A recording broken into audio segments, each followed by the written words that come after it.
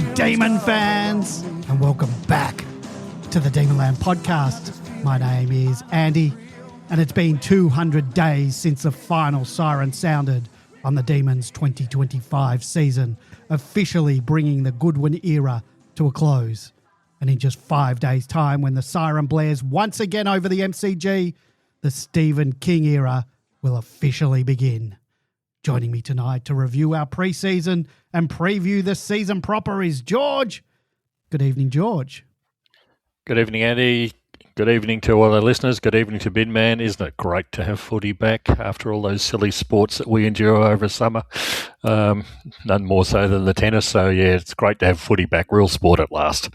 We have a really short window of enjoying footy being back before we're possibly cursing football forever and a day. Also joining us to give his thoughts on all the changes during the off-season and what we can expect to see on the field in 2026 is Binman. Good evening, Binman.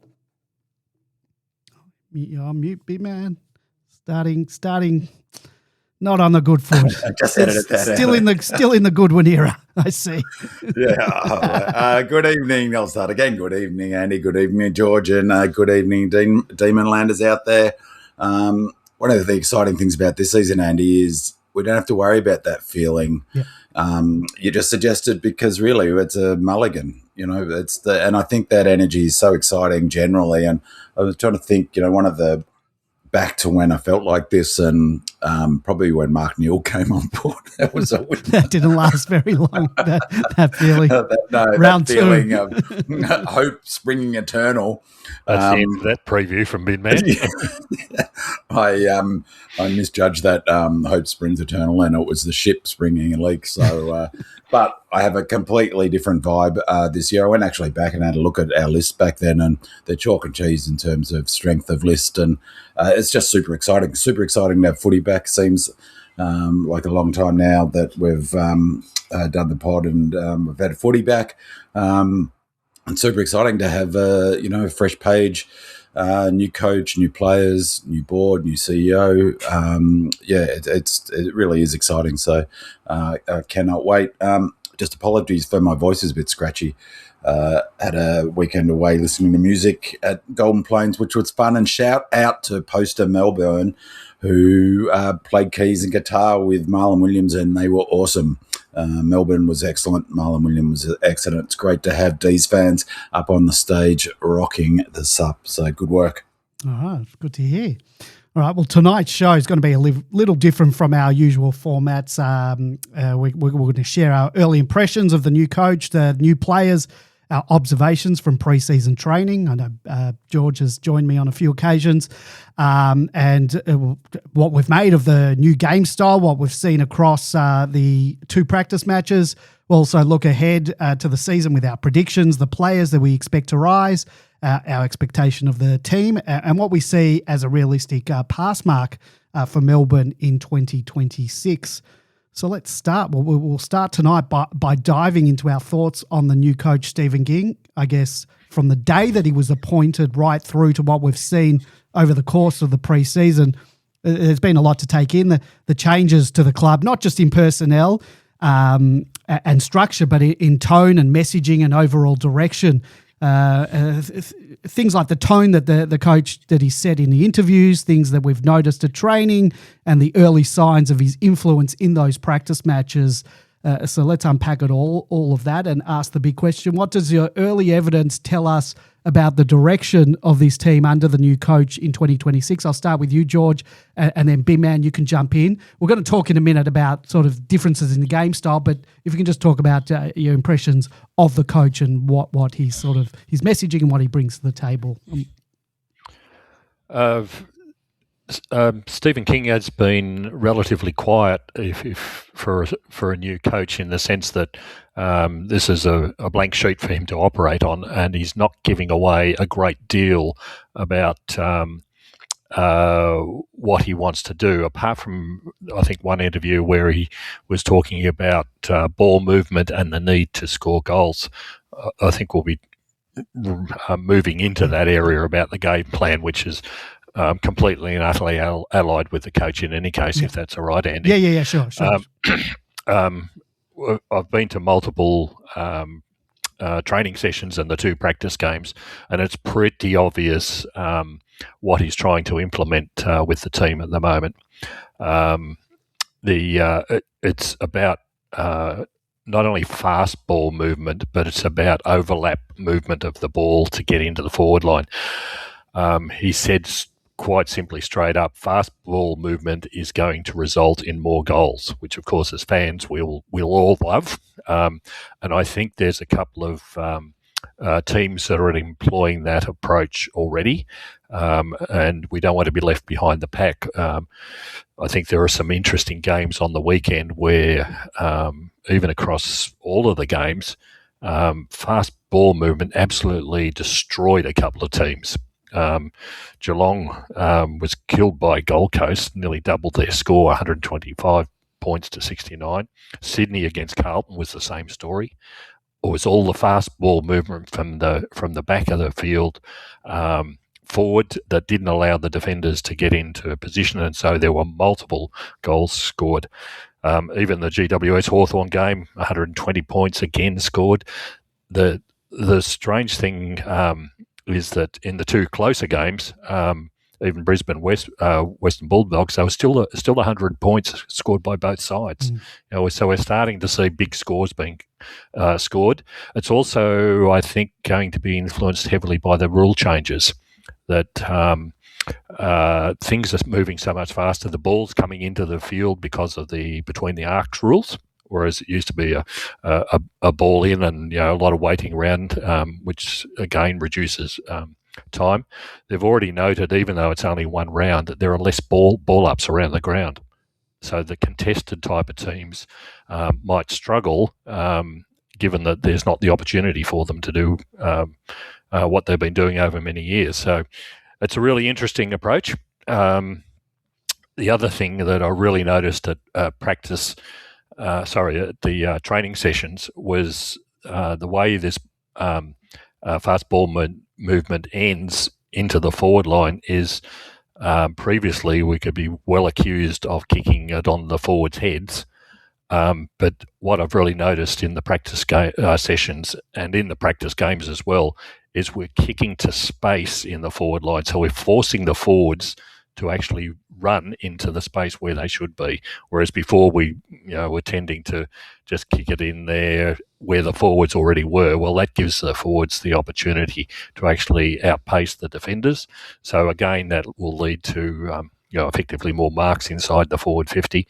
But it's a complete change from what we were expecting or what we'd noticed and saw last year. So we haven't played a game yet. We've played a couple of practice games. The North Melbourne game, unfortunately, couldn't take a great deal of because, quite frankly, they were playing a style of play that looked like it was 10 years old. They really, really were chip it around the boundary line, and eventually all that came from their perspective was the ball was intercepted or as a contest or something, and it simply went down the other end really quickly and we scored another goal. Richmond were just as appalling. They were really like witches' hats, and they got completely blown away by us. Remember, we only barely played over half a game. We scored 78 points in barely over half a game. It's great to watch, fantastic to watch. But it'll be interesting when we come up against some more seasoned teams during the course of the year to see how effective he is. But I think we're following the path that the leading teams will be using in 2026. Hey man, your thoughts on Stephen King and his the new approach that he's bringing? He's still in the Goodwin era with that mute button. That was because I was coughing. Jeez, mate, I've cough button. I mean, it's really hard to tell from, obviously he's been assistant coach for a long time. He's got a great pedigree. So he was at Suns, wasn't he? And then Suns. I think he's been at the Saints and Geelong and for the Cats for a number of years. And look, he seems. All I've got to go on in terms of what he's seen, what he'll bring, and what he seems like is the interviews he's done, and he seems like a good fella. That's the thing that jumped out at me in the little bit that I've seen him in the media. he's really articulate. I've listened to him 3 interviews. He's really considered. I listened to the radio interview on SEN from today, before today's show. He was asked a stupid question by Tim Watson about the performance of. Did you listen to that? Yeah, I did, and it wasn't just asking about Petrarca. It was that he answered it, and I thought he answered it as well as. Yeah, with respect to Tim Watson, but then Tim Watson doubled up and tried to get more out of it. It's just disrespectful to Stephen King. Disrespectful to Stephen King. To, just ridiculous media stuff. In all honesty, I mean, we're not talking about it today. It's not on the running thing, but who gives a toss how Clayton Oliver plays or Petrarca plays? They don't play for Melbourne Footy There's Club nothing anymore. we can do about it. Let alone the coach, let alone the coach who obviously wanted them both out. Track wanted out. We couldn't do anything about it. And obviously, but I don't think King made much of an effort to convince Track to stay. From what I've heard, his decision was made the year before. If we could have made a deal, and which there was no one had the capital for it, it would have happened then. So there was nothing really we could do about that. Clayton Oliver, as much as we love Clary and the 4-time best and fairest, giving away for a pack of chips it tells you a lot about where Melbourne sat with him. Exactly. So and there's nothing we can do about it.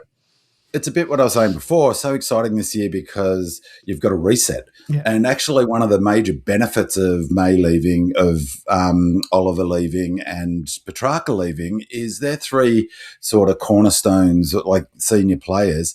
That creates an opportunity for others to step into that void and to step up, but also to, really positively influence the culture of the place and what it looks like, particularly the younger players who want to say this is how we want our club to look, which, I'm not suggesting that any of those 3 players weren't doing so, but it's like, they obviously, senior players would have had a fair influence on what the place looked like as a culture and footy club. So I just thought it was a stupid question by Tim Watson, exactly as you said. I was just about to say that, doubling down on it. Yeah. But what I sort of the thought that popped in my head is how well he answered that stupid question.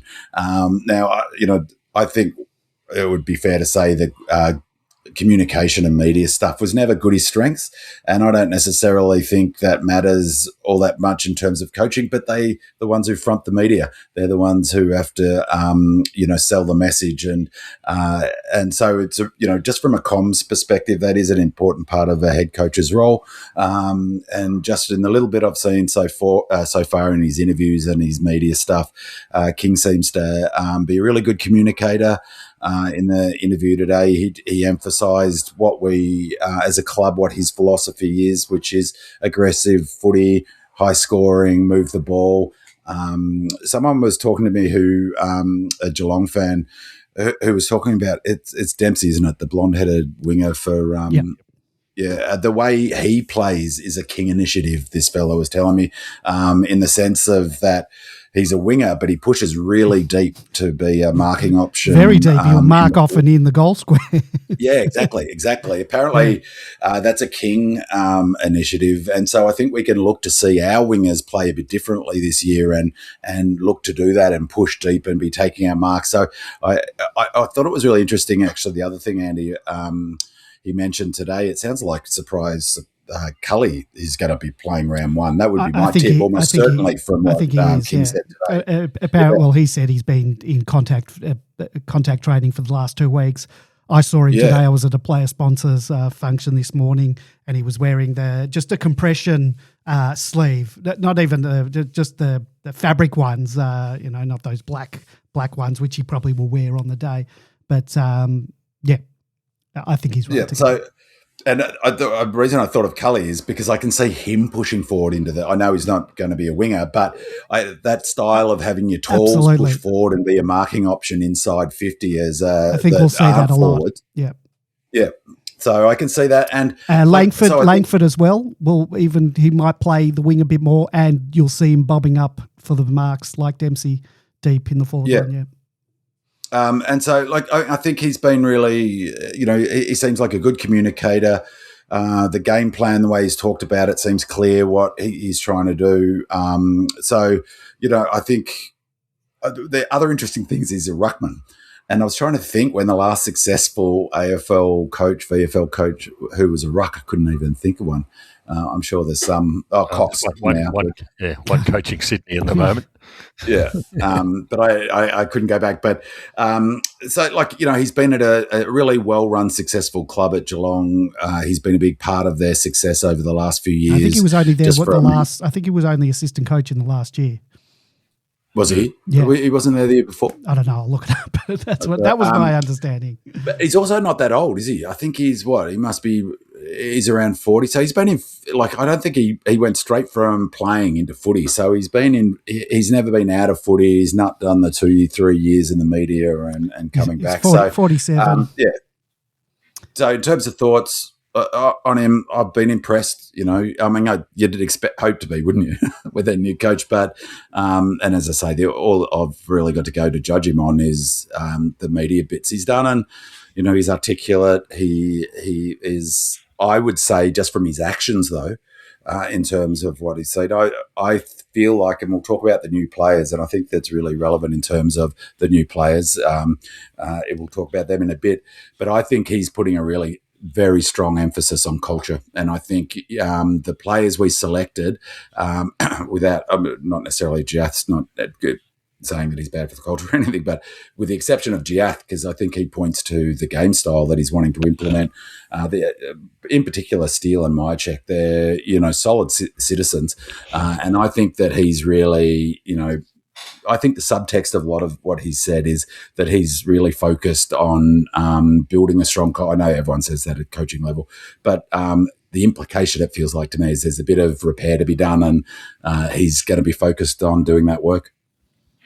What was it we spoke to at a player sponsor function to Colton Tolstrup? What was it he said? That he's just willing to back the players and go ahead. Yeah, I thought it was really interesting comment he made, actually, and it I actually have made a note to pick that up in the game style when I'm talking. We can sort of talk about that now, I guess. Game style. Yeah, all right. It sort of flows into each other rather than to a separate thing. Yeah, so Andy, and thanks for that, Andy. It was great. Andy, George, and I went to a player sponsors function, and Andy, or Demonland sponsors, 6 of starting 18. So, and two from Demonland. Demonland's got a new one, haven't you? Yeah, we do. I'll talk about that later. Announce that later. I don't want to cut your lunch. Yeah, it was really interesting because I can't remember the context. I asked him what the background of the context was, but Colt said that compared to last year, that there's a much greater, or King's really emphasising enjoyment, freedom, and I personally think this will be great for Colt, that he's really emphasised. Colt suggested that one of the things about Goody was he was very focused on players playing their set role, being in a structure, but in particular being in a particular spot on the ground, and so being in a zone, I suppose, offensively as well as defensively. And Colt said that King is much more sort of fluid in the saying, see the ball, go get the ball. You're all high draft picks. You're all good players. You wouldn't be in the AFL if you weren't. There's rules and those sorts of things. But play with some freedom, play with some initiative, and go for it. Make the decisions on the field yourself. And I thought that was really interesting on a few levels. One of which was it spoke to King's philosophy. Two, I think it also spoke to Goodwin's philosophy about footy. And I think that it's obviously was something I talked about quite often last year, and will again, or not necessarily, but will as now in terms of comparing it, as we were trying to move the ball fast last year. There's no question. As I talked about last year, we were one of the fastest in the AFL at moving the ball from our back half, despite what the media is saying, despite what people are saying now is suddenly we're going to go to this new fast style. I think a really big benefit that King's got is that Goody spent a season and a half trying to implement a fast transition style. It did make me wonder whether a barrier to successfully implementing it was, having a sort of combination of a fast transition style, but still overlaying that with people in set positions, set structures. And I wonder whether, I was thinking about that after Colt talked to us, I was wondering whether that was a factor, for instance, in our inability to convert that fast ball movement into good entries into the 50. So as I've said, we moved the ball fast last year, and people talk about us as being a long down the line time, and that's just not the case. A long down the line team last year. I heard one of the commentators saying it's just not the case. We weren't last year. We were mid-table for metres gained from kick, and ironically, the Suns were the longest down the line side, and there were plenty of teams above us who were kicking longer than us, Freo being one of them, for instance. And so I think it's a relevant point, though, in terms of that, because it's not like King is having to come in and completely reinvent the wheel. Like, it's just, which would have been much more difficult for him that if he was coming in 22, for instance, or 23, and having to take that defense first, contents first style that won us a flag. He's not having to do that because we spent 12 months trying to move the ball fast from the back half. As I said, we were the fastest at playing on after a mark in the AFL. And so I think that's an important sort of context for King's ability to implement a game plan, as opposed to, for instance, McRae at Collingwood. When he came to the Pies, they were a defence-first team under Buckley, very much so. And so they moved to a radically different game plan, really, to be fair to McRae, or to give him a pump up. Really, that fast transition game plan that he brought in 23 is now the template for the game. Really fascinating, though, so yes, there's been, as George said, there's a big emphasis on moving the ball fast. But that's not a new thing. That was happening last year. Ironically, the teams, or the team that moved the ball with short, sharp kicks and didn't go fast until they did last year was Brisbane. They weren't and that's how they're playing again. I raise them in the context. Collingwood have already said, and this is how I've seen them play so far, I watch the practice games as well, they're basically trying to implement Brisbane's game plan of using lots of short angled kicks and working their way up the ground and then going when they get it. But I think in terms of the game plan, so of course there was similarities. We were trying to move it back from our back half fast last year, but there's obviously some significant differences. So from the intra-club game, the training reports, Friday's game, the key differences I see this year to last in terms of the game plan. We were definitely using overlap handball last year, and that was another thing. All teams were to an extent. If you remember in the first third of the season, heaps were, and I was talking about how good he was trying to implement those really long handballs. In fact, he was the previous year as well. Those really long forward handballs, they dried up right across the competition as the season went on. But we would definitely look like we are upping the ante on that thing. We're looking at any opportunity for the overlap handball, 2 or 3 players running past. So that's clearly part of our game plan. It really interestingly, as George suggested, I watched quite a few of even the practice games and the 5 games in opening round. Lots and lots of long overlap handballs. So we're certainly not the only team doing it. All the teams look like they're playing quite a similar style, with the exception of Collingwood and Brisbane. Our defensive line pushed up high last year, but not like this year. They look like that back line is really, the back 7 is really pushing up hard. And so that's a really interesting change, and it really squeezes when the ball's in our forward line, that back line's pushing up, which really squeezes the ground up. I think this is really critical. The forward line's also looking to push up the ground really high when the ball is in our defensive 50. We were doing that. Interestingly enough, that's exactly what we were doing in between 21 and 23. We were pushing up the ground and squeezing it in out, creating that wall. We look like we're doing, even when we had a defence-first system as opposed to King's aggressive system. But we're doing that again. I really think that those three factors, the defensive line pushing up, the forward line pushing up, and that run and carry, that demand for the handball, means that all players will have to cover more ground in total. And in that players sponsor conversation, I asked Lever about the distance that he runs in a game. He's doing 14 clicks a game, and he reckons under King everyone will be doing more running. 14 clicks a game just on that is just, for a defender, a key defender at that, running 14 kilometres, he said that's a standard. No one in the team, he said, would run under 12 kilometres, I think he said, which is, just shows how footy's become. It's a radically different game to what it was 20 years in terms of the athlete it demands. So I expect that the King's method will put a huge emphasis on players with a tank. So I had some questions for both of you because you've been to so many trainings on that point. And I think it puts a really massive emphasis on speed, on leg speed, because if the ball gets turned over, with the defence pushing up. And I think this was our biggest problem last year. For all the talk about the forward line last year, our biggest problem was not being able to defend turnover, I think.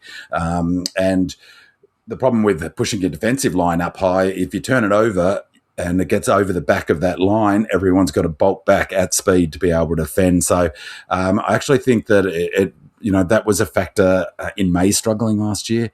I think that he would have struggled to get a game this year, if I'm honest, because of his leg speed. You just cannot have players who aren't quick in any spot. One of the really interesting things that King said, and I reckon it points to his philosophy in that interview this morning, is he said 18 players on defense, 18 players on offense. So like all team offense, I thought was a really interesting philosophical comment, because that means he's saying that defenders are also attackers, and that sort of speaks to that method of pushing up, but you turn it over. And leaving aside any of the cultural conversation about track and class, leaving and now May, leaving that conversation completely aside, both track and Oliver are dead slow. Like, they're both slow. Even Track in his Superman outfit last week, he's still not quick over the ground. So we're losing two players, and they're being replaced by Latrell, for instance. So Latrell replacing one of those players, you're immediately getting a spike in speed. You're losing a slow player, you're bringing in a fast player. We definitely look to be switching more often. They're really using the switch. A lot of teams look to be, and more often looking for the tricky short to medium kick on the 45.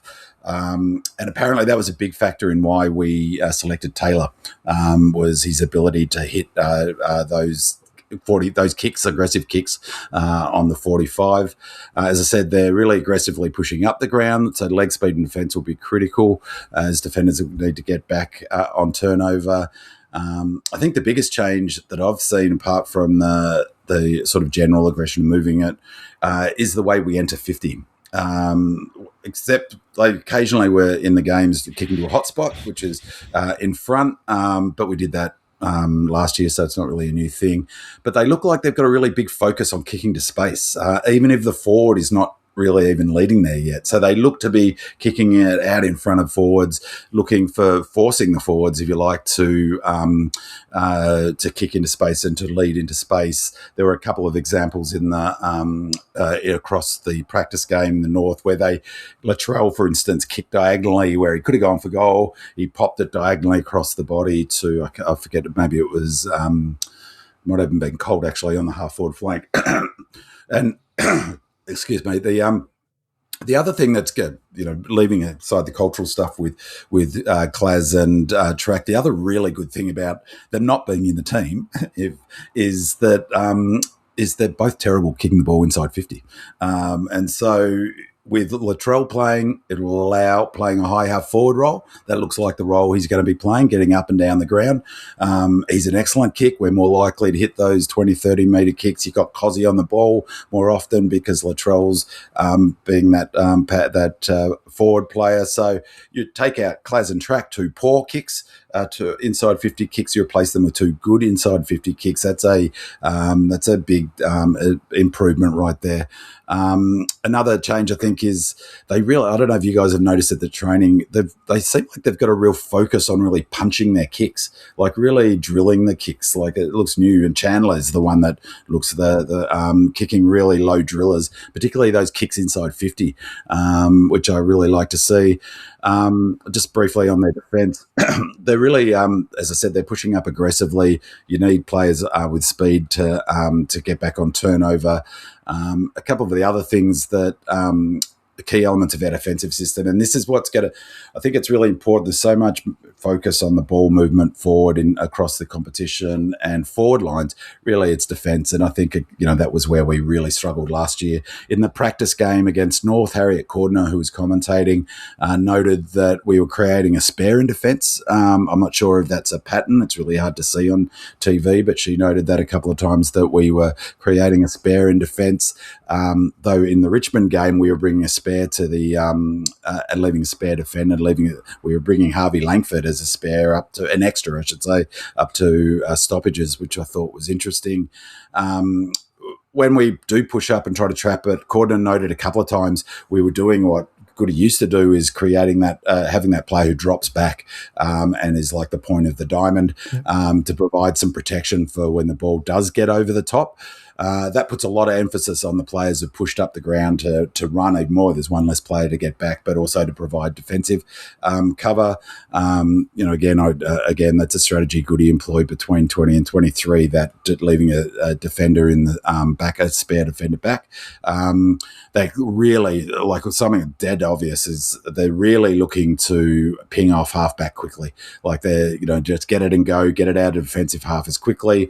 One of the players that we'll talk about is CJ, but to me that was an obvious tell selecting him in terms of that. That was, he's 28 or something, CJ. It's not like everyone doesn't know, including King, he's got some weaknesses with his kicking, but he's clearly been selected because he's a player they're going to give freedom to play on as soon as possible, get it and go, run and carry out of the back half, even if you're going to turn the ball over. So I think that was a really interesting selection that pointed toward King's style. I think we're really going to be looking for be aggressive with our kicks out of defence. Not only will go fast, but we'll take on the high-risk kick in the corridor and across lanes. As I said, I think Xavier Taylor was selected in large part because of his ability to hit those kicks. And he seems to be, I watch a lot of his footage, he really seems switched on and being aggressive and moving the ball. I'm not sure where he's at in terms of selection. I thought he might be a chance round one, but he may not be. Just finally on the defense stuff, the question about which player looking for a breakout year. I didn't go with this fella, but I could. Do you want to wait till we get to that? Yeah. So I'm not going to burn my player now, but I really liked Howe's game in the North game. I really liked how he played. Good pace, ability to read the play, makes good decisions with ball in hand, hits up targets. He looked really at home with that defensive system, and his height gives us really good flexibility, I think, in terms of his ability to play on a range of different players. So, yeah, I think King made it clear this morning, we're in for a lot of exciting games. I think the exciting thing is that, getting back to your comment about, well, it could all go south. What does south mean when your expectations are low? So it's really exciting. We're going to, as fans, we're going to have some exciting games to watch, lots of goals, and we'll lose some games because we turn it over. I think at the moment, footy, there's two key things: is you're always going to turn the ball over. The very best teams like Brisbane turn it over less, but because you're always going to turn the ball over, you're always going to have to defend turnover. And I think that's the big shift in footy is, zone defences that Goody brought in and to such devastating effect defensively. The fast transition game was brought in to overcome that. And now a new sort of style of defence has to be worked out to counter the fast transition game. And leg speed is just becomes super vital. So even a player like T-Mac, Lever isn't super quick, certainly may, I think all players who aren't quick will struggle to get AFL time now. George, anything else you want to add in terms of the game game style. You've been to training a lot. You've noticed some of the things we've been doing at training. The game style will be this fast move the ball on. Excuse me. The overlap handball will be the difference. And while we might have moved the ball quickly before, we've now got people who can kick the ball when they move it on. It's no use having Jack Viney, unfortunately, playing on at every opportunity when he kicks the ball so poorly, or any of the other players that we know. We've now got people like Windsor in particular is coming off that half-back line and absolutely cutting through the middle. He's mid now. He hasn't played any. He won't be mid. He comes off the back line. He'll be mid. He's the overlap. No, he'll be the overlap player. All right. My bottom dollar. He hasn't played any halfback flank all pre-season. Windsor will play midfield. Except in the Richmond game, except in the North game. No. He'll play mid. He did play mid. All three, George. So that'll be the difference, that you've got higher quality kicks using the ball coming through. The other interesting thing is this points to the all-team defence and attack, was something else that Colt said, that when he was asked where he plays, he said, it doesn't matter where I'm playing. If I'm on the wing and I find myself in the position of being the half forward because something has moved on the field, then I'm playing half forward. If somebody goes the other way, then I'm playing half back. So we won't have people playing traditional positions as such. There'll be about 9 or 10 players who are effectively a wave moving back and forth as the need applies in the game. It's the same as what applies in soccer when they talked about playing total football. You don't have people who are tied to one position. You have people who can fill in at any opportunity. And in order to do that, certainly in the pre-season training sessions, it was relentless running, absolutely relentless running for 2 hours at a time. It was just run. So everybody is expected to have a decent tank, not just Langdon. Everybody who plays, certainly in that middle of the ground, from half back to half forward, you can be expected to run all game. That's the way the game's going to be played, not only by us, but everybody else as well. So those are the major changes that I've seen. Yeah, I thought that was a really interesting comment by Colt, and I think it sort of speaks to partly the evolution in the game that I was talking about, that, as you say, George, is, they just have to be such great athletes now. They do so much running. As I said, lever 14 kilometres a game. 20 years ago, there would have been maybe 1 player, 2 players who would run more than 10 kilometres a game, I suspect, 25 years ago, certainly. But that idea of not really when he said that, it sort of had in my mind like utilities, 6 or 7 utilities. And one of the players that came to mind that is in that is the way that they're using Langdon. He's not playing anywhere near looking what a traditional wing role was. I don't even think he's on the wing. He's sort of like a jack of all trades, utility, half forward, running up and down. So yeah, there's a handful of such players. I think that Latrell, similar. I was really surprised how high up the ground Latrell got. Like, he was pushing deep into defence. So I had in my mind that he'd probably be playing a deep forward crumbing style, but he looks like a high half forward, almost like a Neil Bullen role, where he's getting really deep in defence and tracking back, and he's got the leg speed to be able to get back.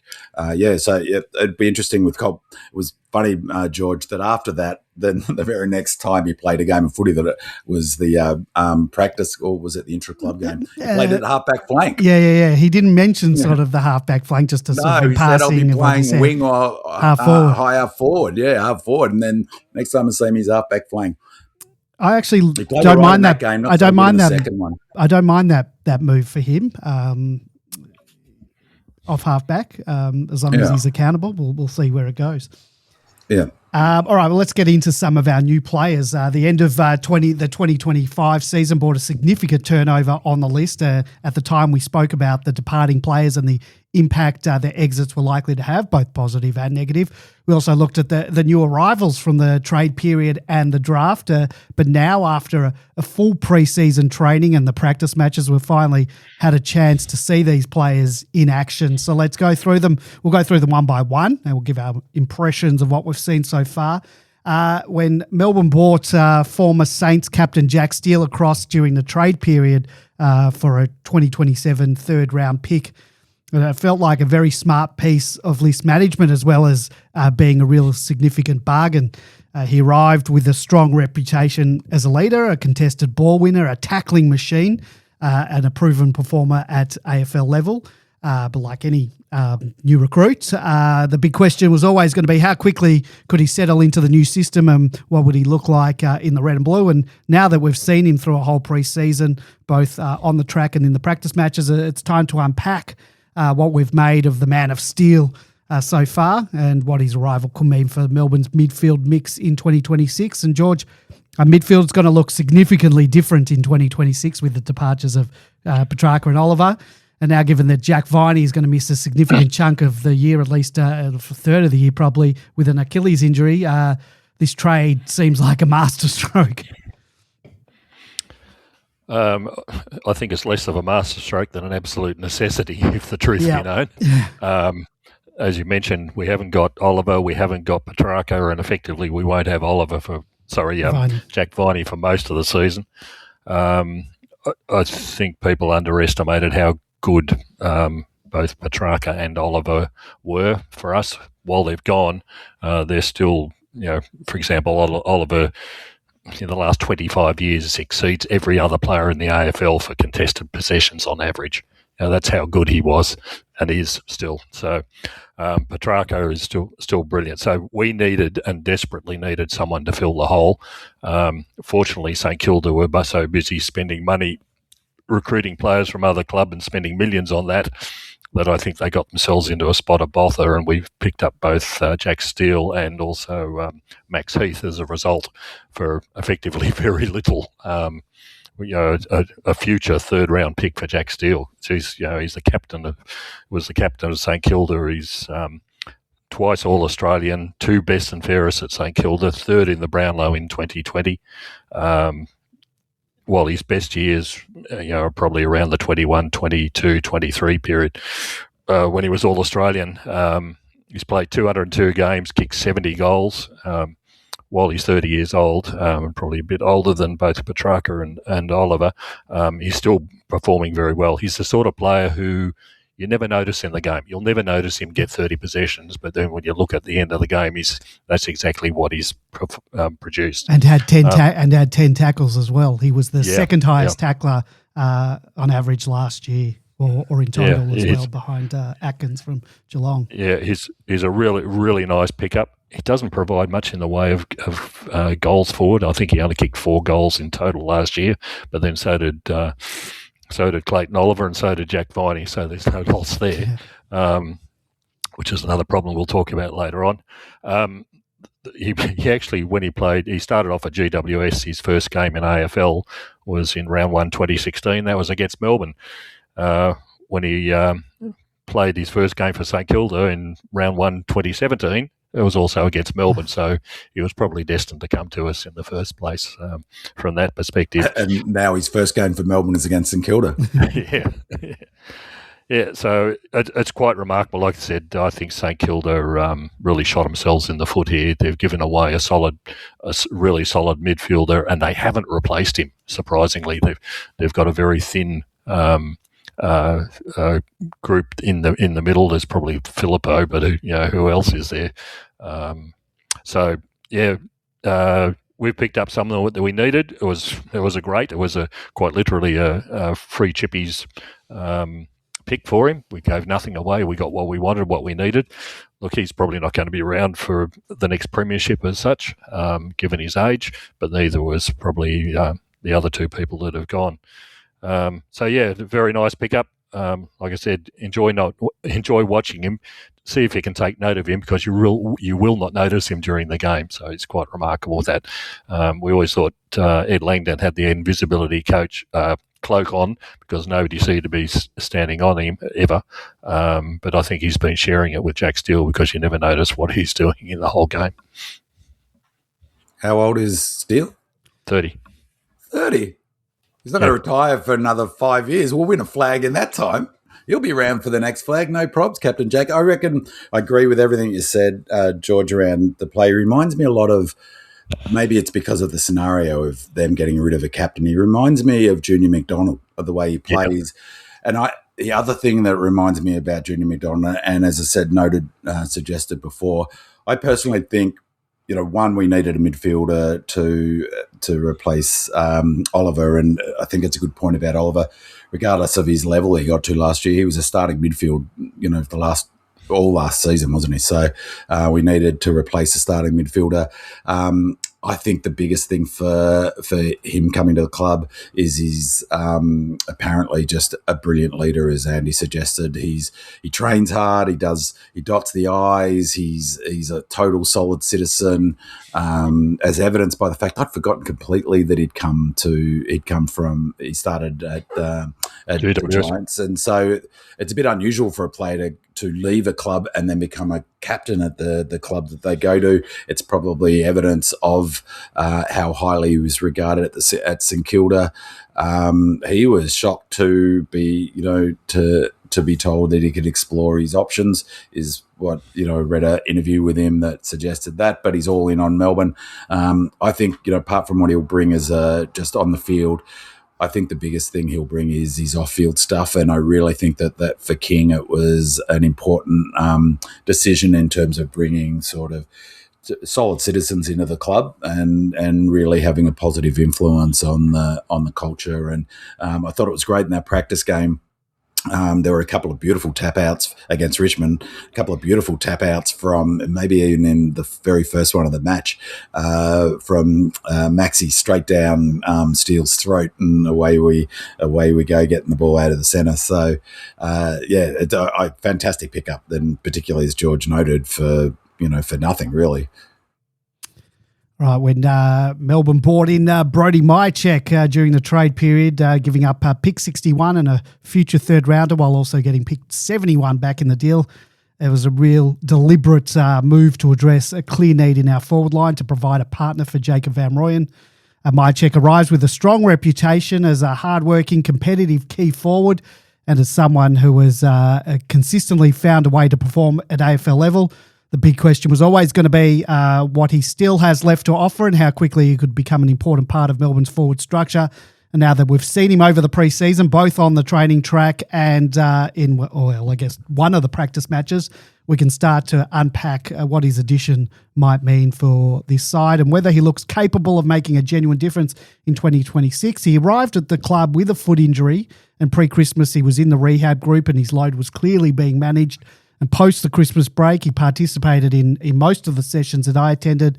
He kicked 2 goals early in the first practice match before being sidelined with concussion and subsequently missing the lightning-interrupted game against the Tigers. Big man, what impact do you think Checkers will have on the side? For starters, I'm amazed that he's likely to be playing round one, particularly I thought that injury that he had at the beginning would mean that we wouldn't see him for maybe around 3 or 4. So I'm really surprised that he's good to go. But in that practice game against North, he looked fit. I don't know, what does he look like at training? Is he? Yeah. Look, it's not like. Look, he's not unfit, but I don't know. He looks good. Yeah. You don't get to see much of the forwards in the way that they've been training as well. It's all been about this midfield group and the running. So the forwards are almost like, you stand up there and do what you've got to do, but you're not going to be doing very much in terms of running around compared to what the others are expected to do. So when he was rehabbing and he was running laps, he looked good. He looks cut. He looks like he's strong. Look, I'd start with, in terms of Mychek, that the starting point, I think, is exactly the same starting point for Jack Steele, is he's going to be good for the culture. And I have no question in my mind that was why King went after him. Number one is that he's at Collingwood, by all accounts, he was super professional, managed injury. He was a player who put his hand up to do things. By all accounts, he's done that at Melbourne. He's been a terrific trainer. So I think that he'll be great for the culture. Another solid citizen. I always loved Myercheck at Collingwood. He's one of my favourite. When he didn't play for Melbourne, he was one of my favourite non-Melbourne players. Really old school. He reminded me of a VFL player. He reminds me of a VFL player, the way, lead up, old school, lead up forward.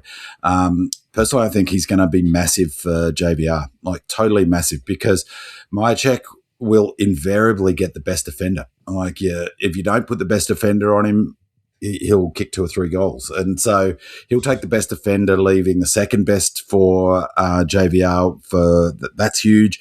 I think his leadership and his ability to communicate and to support JVR will be massive, and similarly Jeffo when he gets up and about. So I think as a sort of a general in the forward line, we've lacked that sort of player up forward. We've had May as our general in defence. We've lacked that sort of, someone who can call the shots up forward, and I think Myercheck will do that. So I think our young forwards, will really appreciate him being in the team. He leads straight. I think that what I mentioned before of that's probably the biggest difference I've seen in terms of last year is the way we're entering 50. We're really trying to have players lead into space. We're not doing, as George suggested, kicking on top of people's head as often. Of course, if you have to kick to the hot spot. And that will suit Myercheck down to the tee, because he leads well. He times his lead well. A terrific pickup. I'm thrilled that he's playing round 1. And I think he's going to be an important player this year. Straightens us up as well. Competes hard. There's a lot to like about him. He's 32, 33? Yeah, around that. He may struggle to see our next flag, but he might. Unless we win it this year, big man. Brody Myercheck is 33 in Feb. He was 33. Yeah, he could. Yeah. The downside of Myercheck is that apparently he didn't do much in the way of training at Collingwood. He was managed week to week. It doesn't matter what people might hope and pray. Once you go over the age of 30, things start to happen, and they don't get any better, as we've seen with lots and lots of players. However, he was Bin Man loved him while he was at Collingwood. I'd hate him because he simply knew what to do all the time, and at the end of the game he'd have 2, 3, 4 goals on a consistent basis, simply because he knew what to do and where to go. And you go, how in the hell could people leave so much space in front of him? Because he's so damn dangerous, but he's so damn reliable, which is something that we desperately have been missing for quite a time.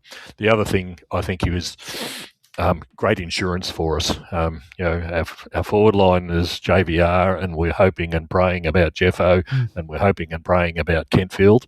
I think he was brought in as an insurance in the event that those 2 others don't come through, because we're just left with JVR again, who's been expected to play at full forward and ruck from the age of 19. You put someone in like a Myercheck, as man said, to take the best defender, all of a sudden you'll start to see JVR start to perform so much better, because he hasn't got the pressure that he's had in the last 2-3 years.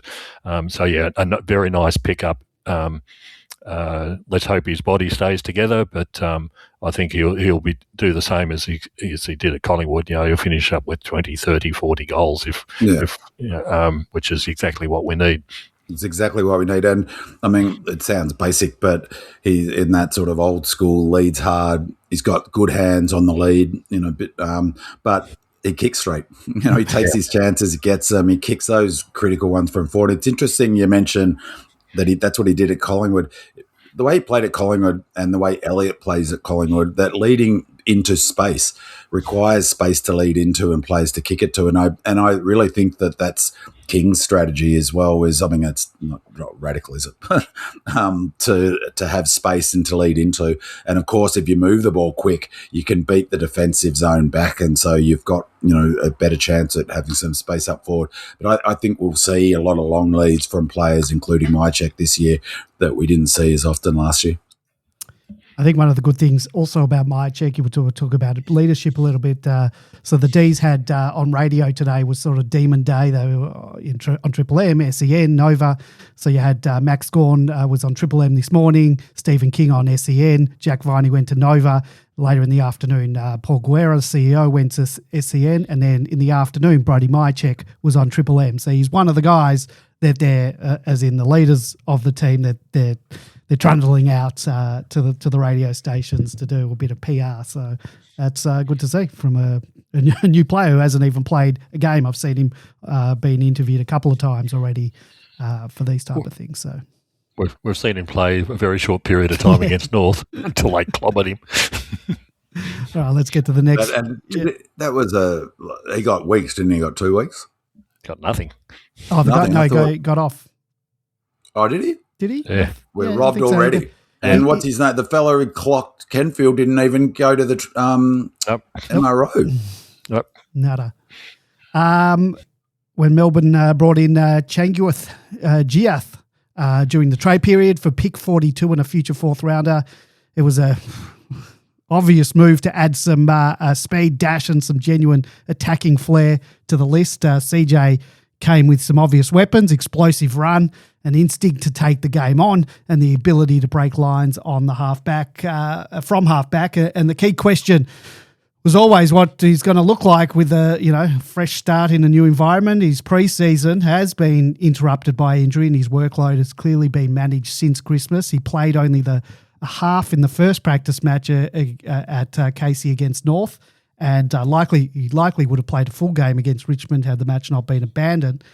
And when the trade first happened, the overwhelming feedback, and I think I talked about this when we drafted him, the feedback from Hawks supporters was pretty blunt, and the common knocks were that he could find the footy, but his decision-making was poor, and he wasn't reliable under pressure, and his disposal could be erratic, and he was too often unavailable through injury.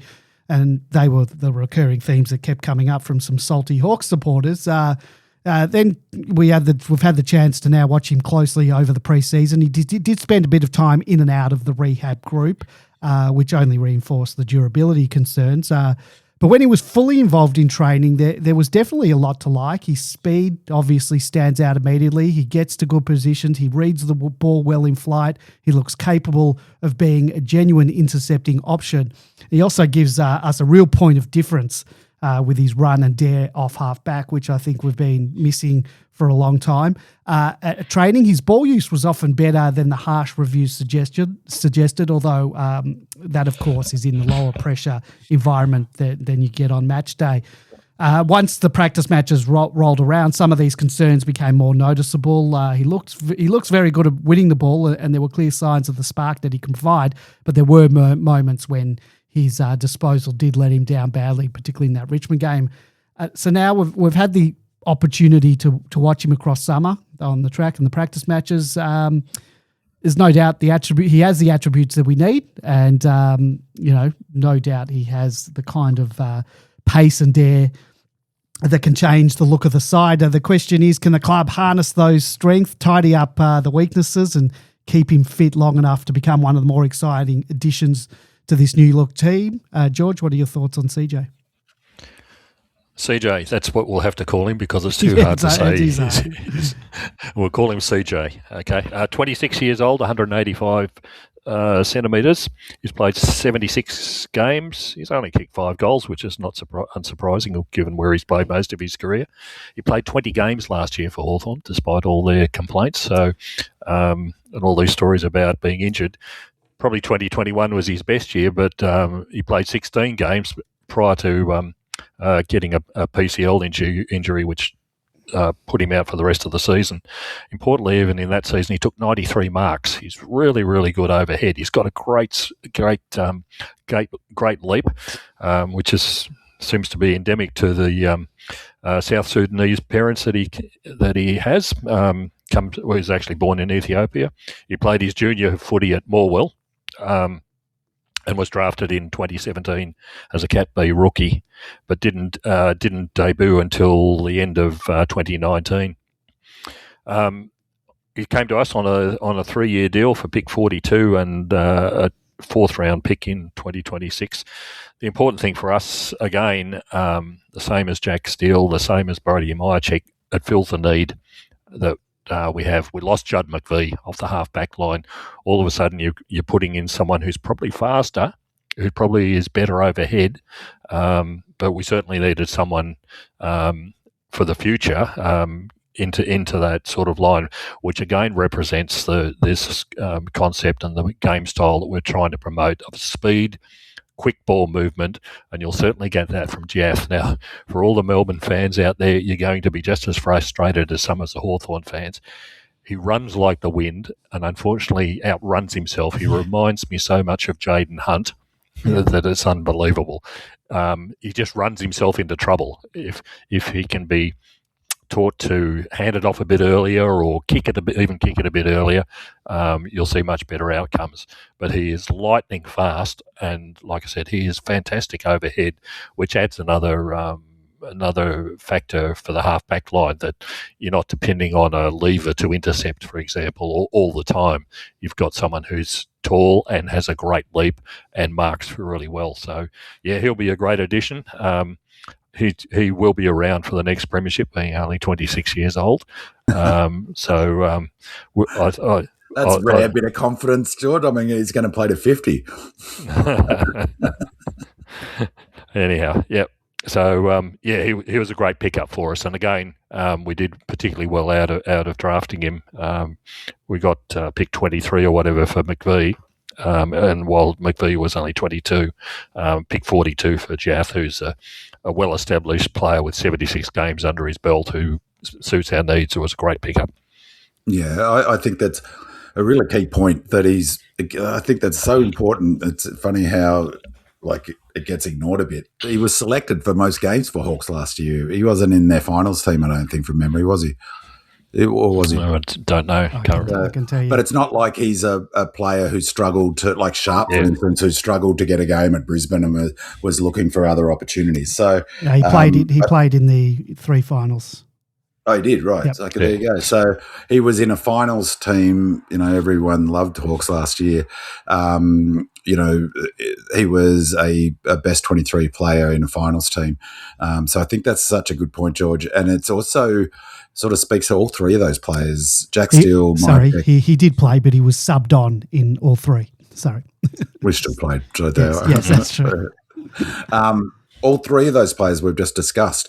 I think it's really interesting. All 3 seems to be the implication or suggestion. They're all best 23 locks, at least at the beginning of the season. So, if you trade in 3 players and they're all coming in as your best 23, I think it speaks to, the good trading for one, but 2, they clear needs, and all 3 of them will bring AFL significant AFL experience. So CJ as well. As I said before, CJ for me was a real tell about the game plan and the way King wants to play. He wants players to be aggressive.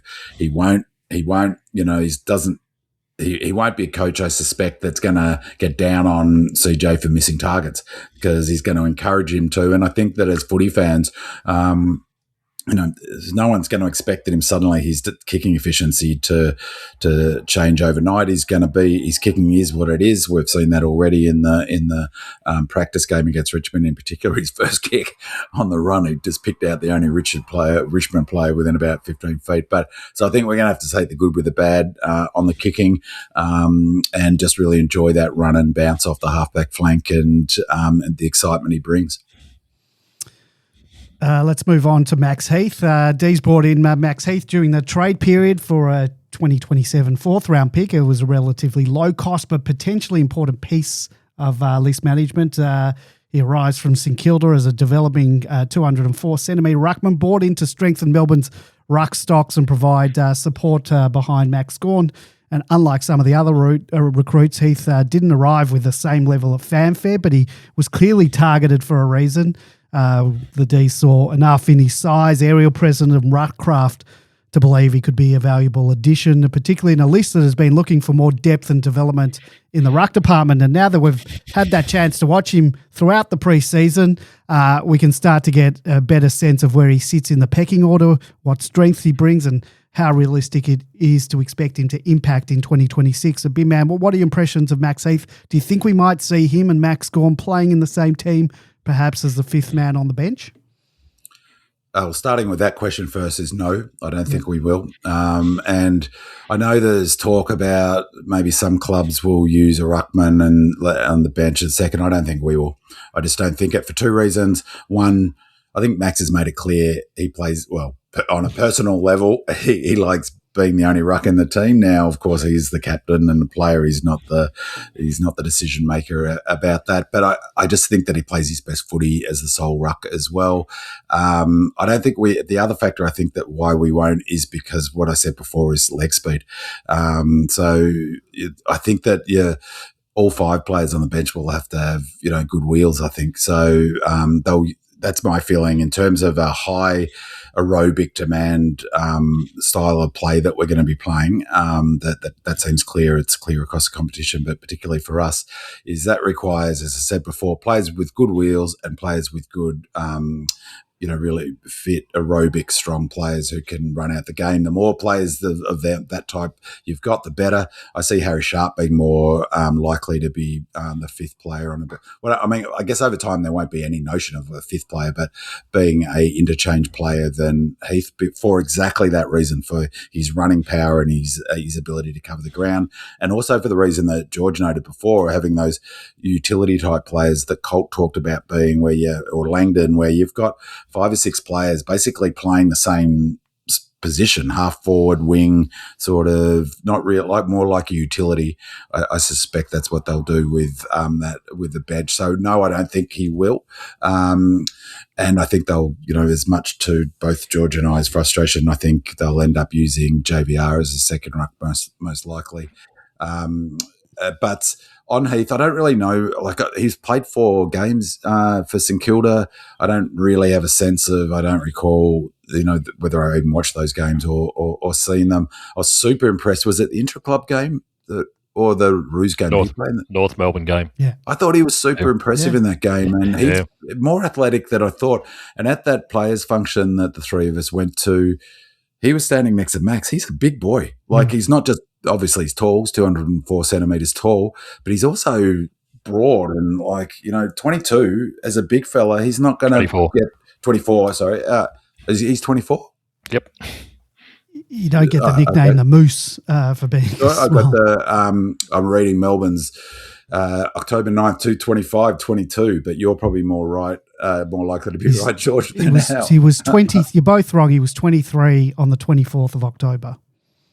23, yeah.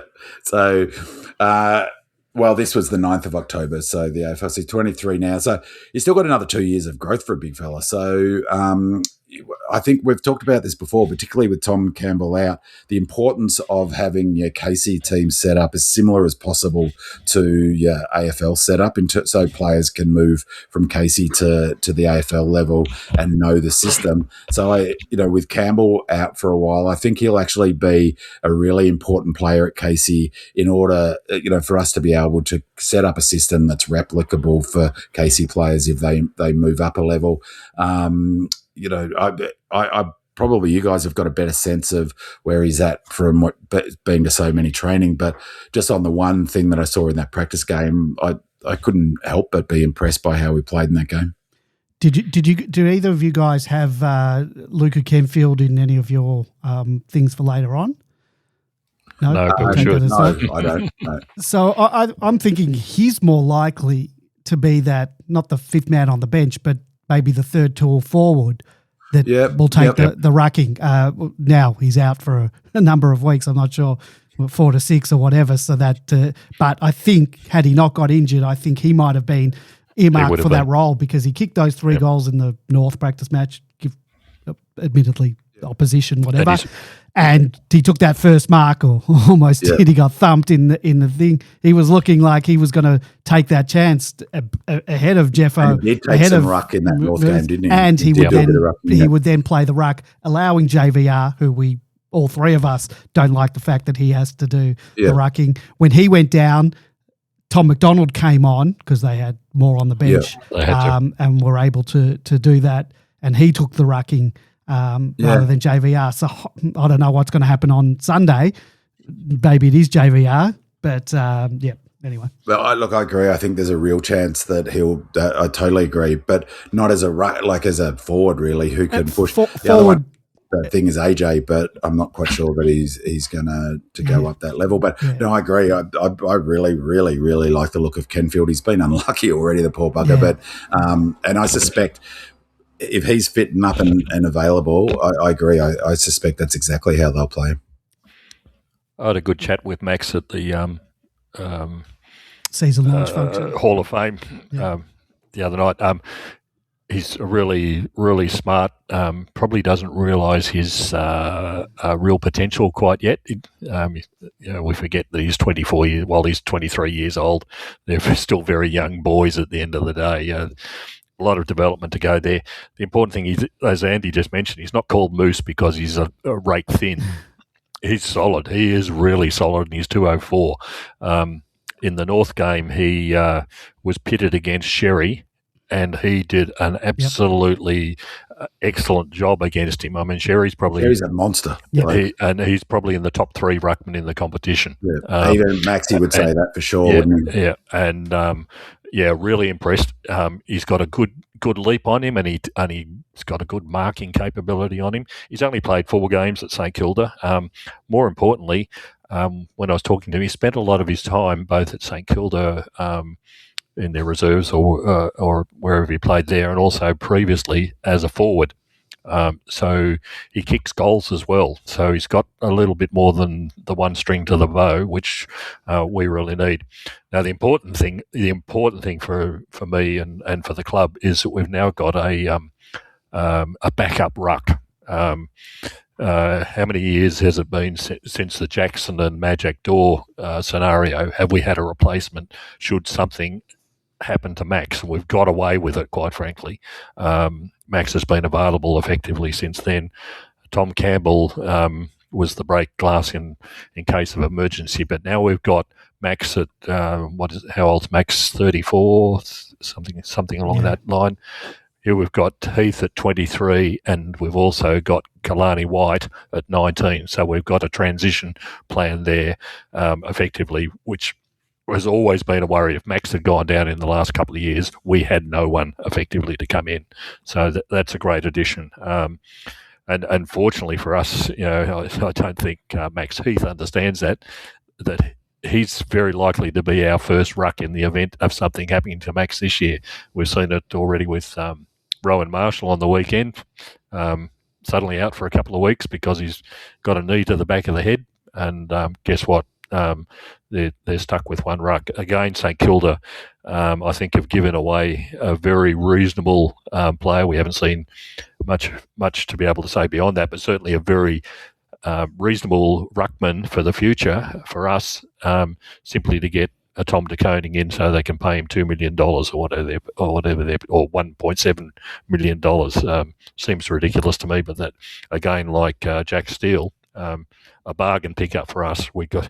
And surprisingly, we got him for a 4th round pick in 2027, which made us the first club to trade 2 years into the future. So another little feather in the cap for the trading team. All right, let's get on to our draftees. Melbourne selected Xavier Taylor with pick number 11 in the 2025 National Draft. It was a clear investment in both talent and long-term upside. Taylor arrived as a promising defender out of the Eastern Ranges, with Melbourne highlighting his aerial strength, intercepting ability and capacity to rebound and move aggressively up the ground at 192 centimetres. He was a sort of draftee who looked capable of filling an important role behind the ball, while also bringing some versatility to the way that the Demons set up. And now, having watched Taylor throughout the preseason, I think he can make an immediate impact, and there is genuine excitement about what he can become. He reads the play well. He competes strongly in the air. He provides some great drive from half back. He's not afraid to back himself and take the game on. At times, I think that he bites off more than he can chew. However, I love the fact that he has the confidence as a young new recruit to take those risks.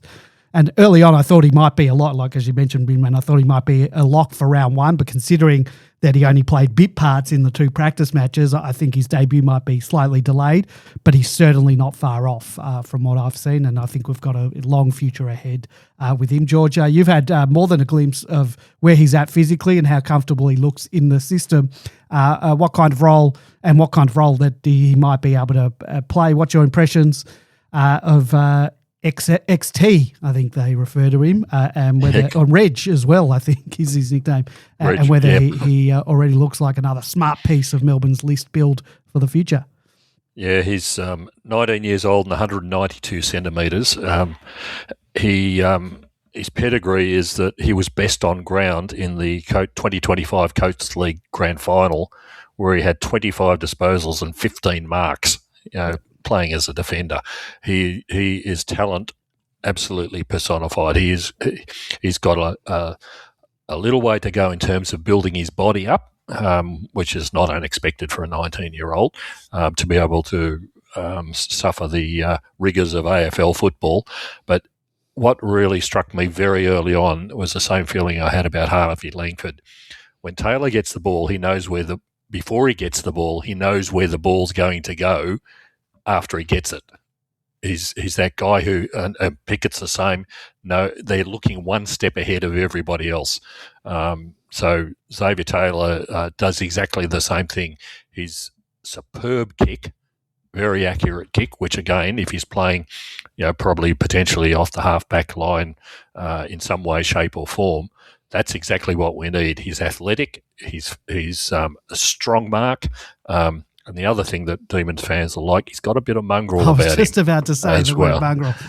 So, he probably hasn't got the body quite yet to handle that in a big way, but it won't stop him. No, he will go in hard, and he won't take a backward step. No. Yeah, and while he may not play early games, again, he's for the future. He's maybe the ultimate sort of May, T-Mac, and ultimately probably Lever replacement. He's the first of the pieces that we need to replace over the next couple of years. But he's absolutely superb, and I think we'll see a fair bit of him actually this year as he develops. So he's a great pickup. Yeah, I agree. I actually had in my mind, like Andy, that he'd probably be round one, but he just probably hasn't played enough of this pre-season. I actually thought they would play him in these practice matches, and I was surprised they didn't. I didn't think necessarily that he'd play round one, and I was hoping for that, but I thought definitely they'll play him in those practice, and they didn't. So. I watched a whole bunch.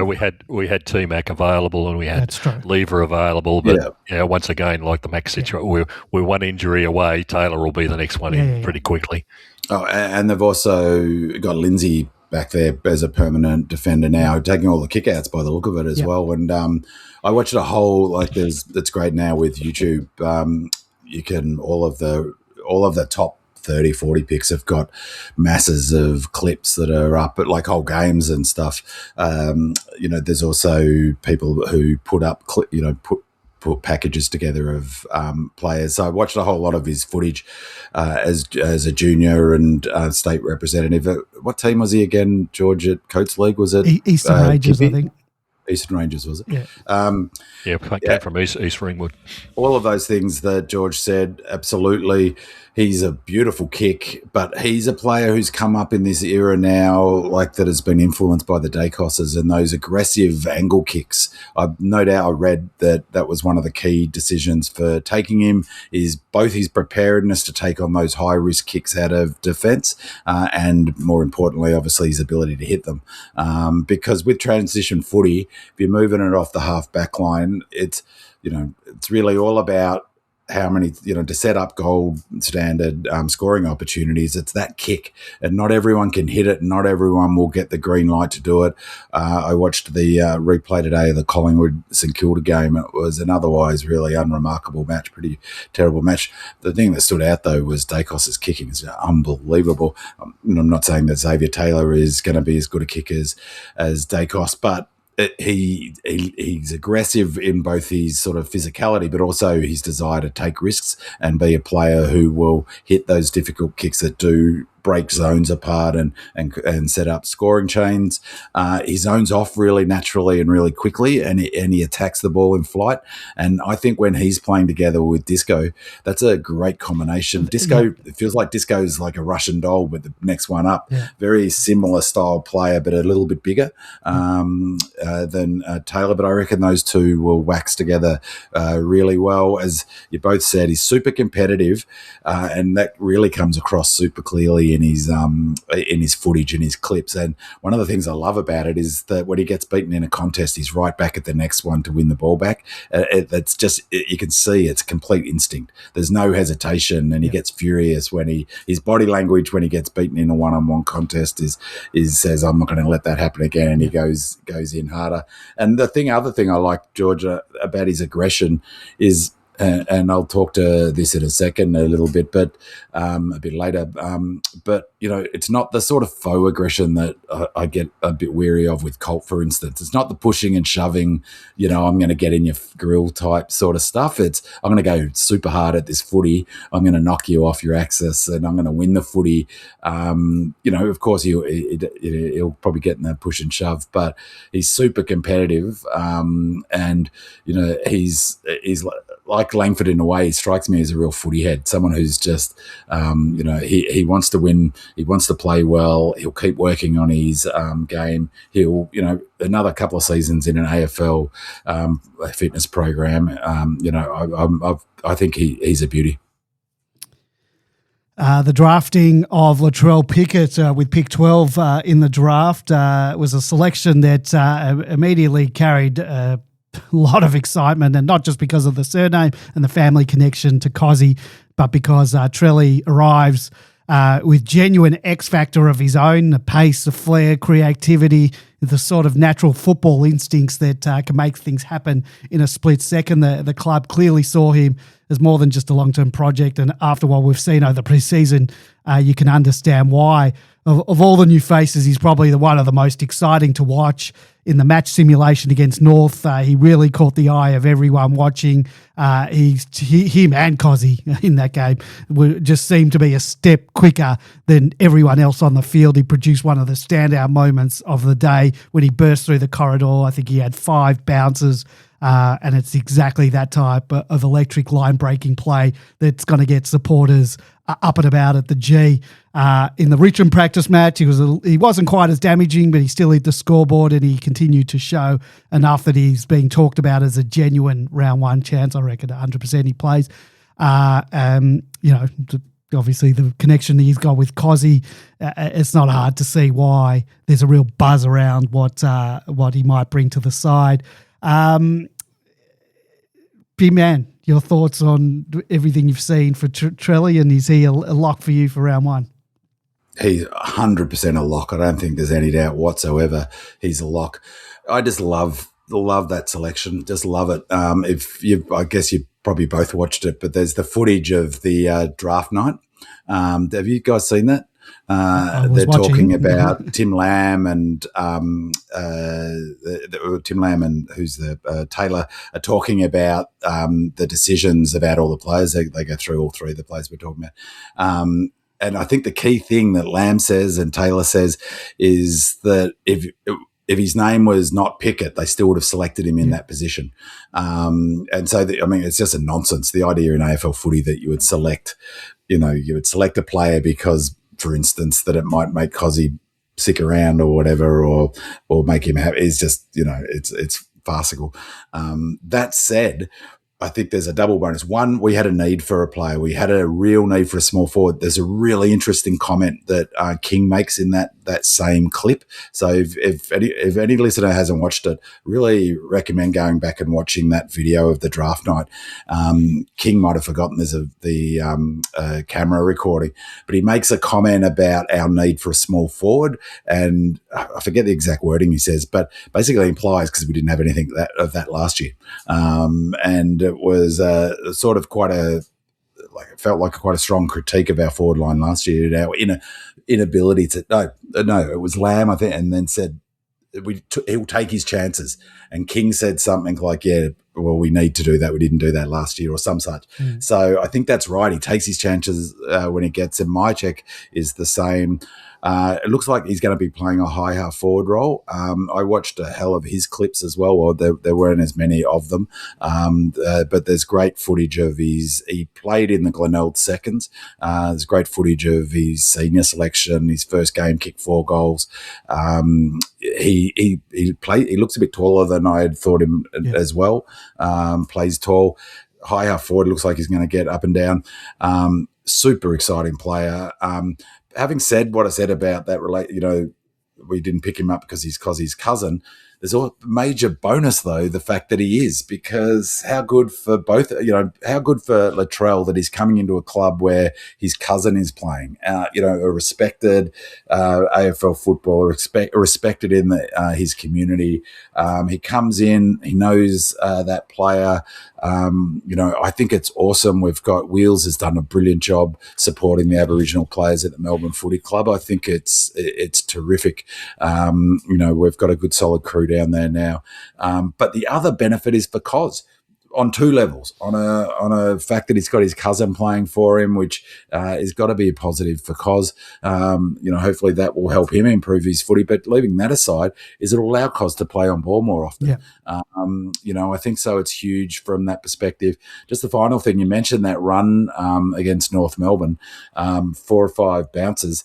All impressive stuff, run and carry. But the most impressive thing was that that was an example of what I was saying before, is rather than getting an inside 50 and going for goal or kicking to the hot spot, he kicked on the angle and almost stopped himself and then kicked on an angle and spotted up a player about 40 metres out. I can't remember, it was either Colt or Chandler, but it was sort of across the body, and it was exactly that easy kick that we weren't kicking last year, in large part because players weren't running to that space, and maybe that was something to do with the way Goodwin had the forward line structured. I don't know, but it was just such like you see other teams do it, and we got the goal from it, and it's like free player hit the player, and the fact that he could do that.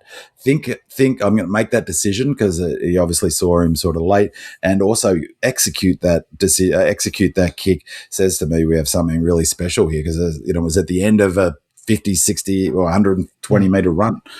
And not just that bit of play where he ran and bounced 5 times, but there were a couple of other ones that he did in the Richmond game where he not quite sells candy in the traditional sense where you put your arm out, but he sort of goes one way and just the opposition breaks their ankle while he goes the other way. And just does it so naturally, and the players can't catch him, and he's not even moving and they can't catch him, He's great. And he does that.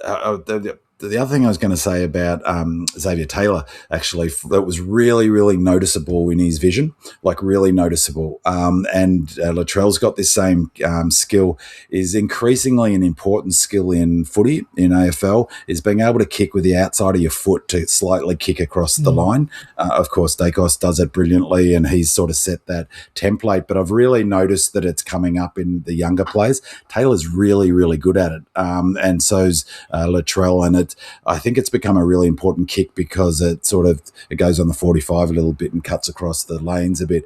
But just because, otherwise you've got to go to your opposite foot if you're trying to kick sort of angled away from you. And his kicking skills are beautiful, Latrell. So, if you think to track out, class out, nothing to do with their ability, great players, but neither were good kicks. And we're bringing good kicks in, 2 bad kicks out, 2 good kicks in. We're ahead of the game. Just before you jump in, George, just jump in on Petrarca, and you just mentioned his back kick. Did you realise that he had his best ever disposal efficiency the other night at 87.8%. Anyway, George. Yeah, for years we've been, as Demon supporters, we've been hoping to find a way to clone Cozzy.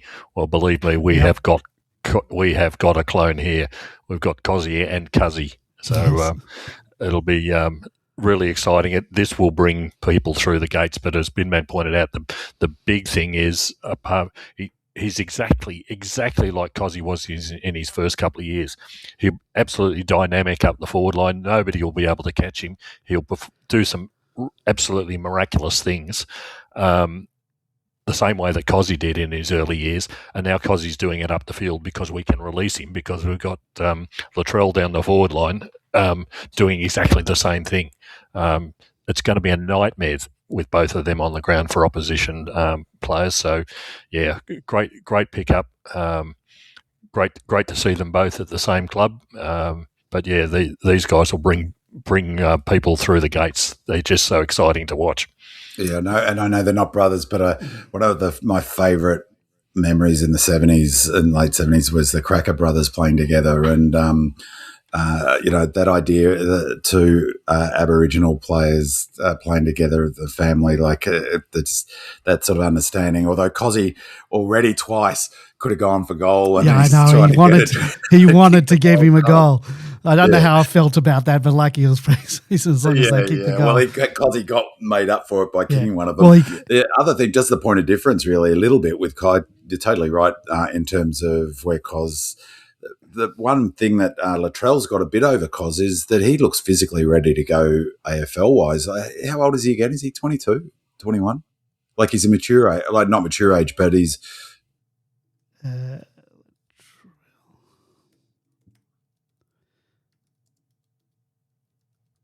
I think he's 21, 22. Yeah. I don't have it on me here. Anyway. So he looks physically ready to go. Like he's not an 18-year-old coming out of high school, essentially. He's 20, He's 20. There you go. He's 20. He's played some senior footy already, or a couple of games at Glenelg. So physically he looks like he's ready to play AFL footy, which is not true of all draftees, that's for sure. Next one, speaking of a future player to play in the forward line, Melbourne used the pick 30 in the draft on Thomas Matthews. It looked like we targeted move to add more speed and pressure to the forward line. It comes in as a 171 centimetre small forward from Gippsland Power, with Melbourne viewing him as a lively attacking option. And despite a 2025 season that was heavily disrupted by an injury, club was effectively backing the talent and traits rather than just the raw output from his draft year. He probably hasn't arrived as well. Another one that hasn't arrived with the same buzz as some of the other new names, but he's still one of those players worth watching closely. He started the preseason in the rehab group, but has slowly built up his load, and he did take part in both of Casey's practice matches against the Kangaroos and the Tigers, kicking 2 and 1 goals respectively. George, you've seen a bit of him at training. He's definitely one to watch. Yeah, definitely, and he's my pick for players to watch during the season later on. But I'll cover most of it off. Cover most of it off in this one. Yeah. Tom is only 171 centimetres, so he's at the shorter end of the players that you'll see. But he has got something special. If there was ever a clone again of Nick Watson, who plays at Hawthorn, the Wizard, it's this bloke. He plays almost identically in the small amount that we've been able to see him in the same way. He's lightning fast. He knows where the ball's going to be before it goes there. And knows where the goals are.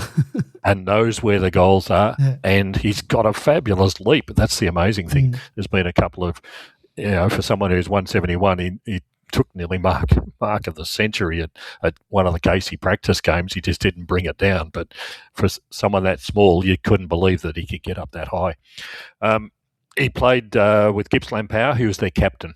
Yeah, it surprised him that he was made captain, but he's obviously held in high respect by his fellow teammates.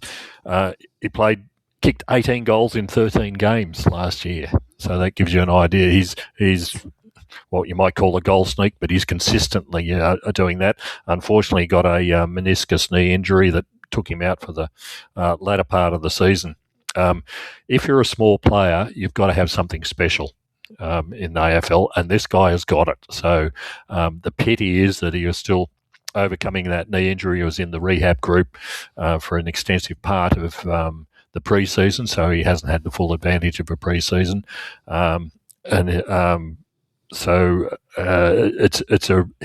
He's a real country boy when you talk to him or hear him speak. He's not very effusive, very quiet. Surprisingly, played basketball down in Gippsland with one of the Dersmers, and you sort of wonder how someone who's 171 centimetres can play basketball. But he was a guard. He was fast.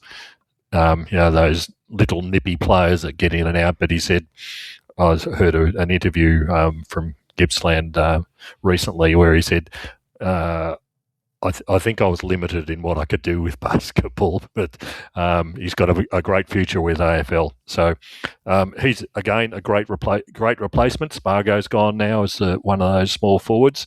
We needed someone else. Latrell will certainly fill the pocket, one of the positions, but we've now got two really talented small forwards that we can call on that were completely missing last year. Again, fabulous. The sooner he can get on the field, the more exciting the Melbourne supporters will be. And I think he'll play a little bit different to Latrell too. So like we haven't had Cos, except for Cos, but he's sort of been. But to have like a small Waitman style Crumming small forward to like allowing Latrell to get up the ground and not putting us in the bind that we had with Cozzy, where essentially we needed him to be, everything, sort of a small forward, Crumming forward, and a player could get up the ground. So I think it's really key that what you said, George, is that he was captain of Gippsland Power, and it's interesting with Gippsland Power because Xavier Lindsay's Gippsland Power, Matthews is Gippsland Power. And the Casey coach, isn't it? Is it? Coach and there's someone else. I think there's a couple of others, Gippy Power boys. But yeah, he kicked 4 goals in just before he got injured in a trial match for Vic Country. So he's, as you both said, he seems to know where the goals are, and the proof will be in the pudding. But the fact that he's was made captain, and particularly was made I thought it was notable because that he was made captain given his height and he's in a player. Must be a really hard position to play as a small Crumming forward because we talked about it with Cos in his first season, is that it's hard to see if they're not kicking goals. It's sometimes hard from outside, on the other side of the fence to see what they bring, the pressure and all of that stuff. So as a captain, often captains are players who rack up lots of possessions. So, he's obviously a natural leader for them to make him captain as a small forward, small forward. Yeah. Last one we'll do just to quickly go through. Kalani White, as we all know, arrived as a father-son selection, carries a famous surname of Demon great Jeff White, naturally brings a level of interest and excitement considering Demonlanders have been following his journey since he was a junior. And I think it's important that he is viewed from where he is right now in his development. He's a long-term prospect who will take time to build. And from what we've seen over the summer, he's often been training with the forwards while still joining Max and the other rucks for specific ruckcraft drills. But it gives you a pretty good indication of how Melbourne see him at this stage. He looks like he's a developing tool who can be used both up forward and then eventually in the ruck, but one who's still very much learning his craft. Reality is Kalani, it's always going to, a guy like him, so going to take time. He's not the type of player that we should be expecting to burst straight into senior footy and dominate. He's a future prospect, one who'll likely spend much of this season plying his trade at Casey while he builds his body, refines his forward craft and continues to develop his ruck work. And in many ways, it's the ideal pathway for him. It gives him time to settle into AFL life, learn the demands of the system and grow into a player that Melbourne hopes that he can become. He's just had an interrupted pre-season of the last few weeks with glandular fever, which has been an unfortunate setback for him. He was given time away from the club to return to the Gold Coast and recover, and the expectation is that he's going to resume full training in the coming weeks. At this stage, the most important thing is simply that he gets his health right. He's able to return to the program in a good position to continue that development. Looking at the bigger picture, though, I guess there's no need to rush him. This year should be about laying the foundations. He's got the benefit of being able to spend the next couple of seasons learning at the feet of one of the best in Max Gawn, which is about as good as an apprenticeship as a young ruck could ask for. If he can get his body right and bank some consistent work at Casey and keep absorbing as much as possible from the senior environment with Max and with both Maxes, then Melbourne, we're giving him every chance to develop into a very handy player over time. And I guess this is a good time to mention that Kalani is now a Demonland's sponsored player in the Platinum tier for 2026. He replaces Stephen May and he joins Gold tier sponsor Colton Tolstrup. And we look forward to many years supporting those two young talents at the club. Good choice, Andy. Good choice. All right, well, let's get into our players to watch that we're going to watch closely this season. Every year there are certain players who, for one reason or another, feel especially significant, whether they're primed for a breakout, if they're stepping into a bigger role or returning from injury, or simply in a position where form could have a major bearing on how Melbourne's season unfolds. These players are not necessarily the obvious headline names, although some may well be. They're the players that we think could shape Melbourne's story this year. The ones whose development and performance or opportunity might end up telling us a lot about where the team is really headed in 2026. And I've chosen Jai Cully, who's my player to watch this season, with Petrarca and Oliver obviously no longer at the club, and Jack Viney now set to miss a significant chunk of the early part of the year.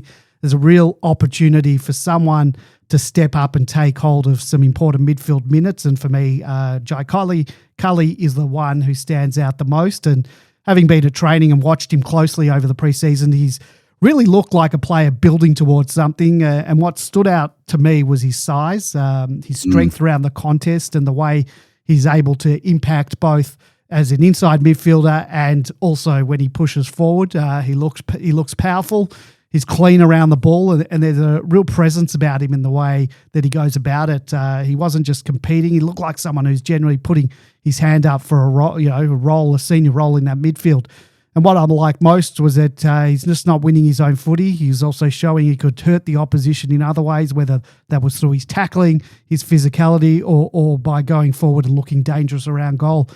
And from what I saw at training, he's looked to have taken a real step in his fitness and overall sharpness, and there were signs that he was ready to put himself right in the frame before he had that injury that interrupted that momentum. That's why I see him as such an important player to watch. There's a role there for the taking, and based on what I saw over the summer, he really looks capable of grabbing it. And if he can get back on the park, which I think he will be this week, and recapture that form, I think he could become one of the more important stories of the Demons season this year. So, George, you're followed by Big Man, your players to watch this season. I think I've spoken about mine, really. You said Max Heath, all right. So anything I've done Max Heath. All right. Yeah, I think the important thing to watch out for Max is hopefully we don't see him because of Max Senior needing to be replaced, but the reality is he's the man for the job by the looks of it. I was super impressed with the game against Sherry and North. I really thought Sherry was going to take him to pieces. Yeah. And physically monster him, and that didn't happen.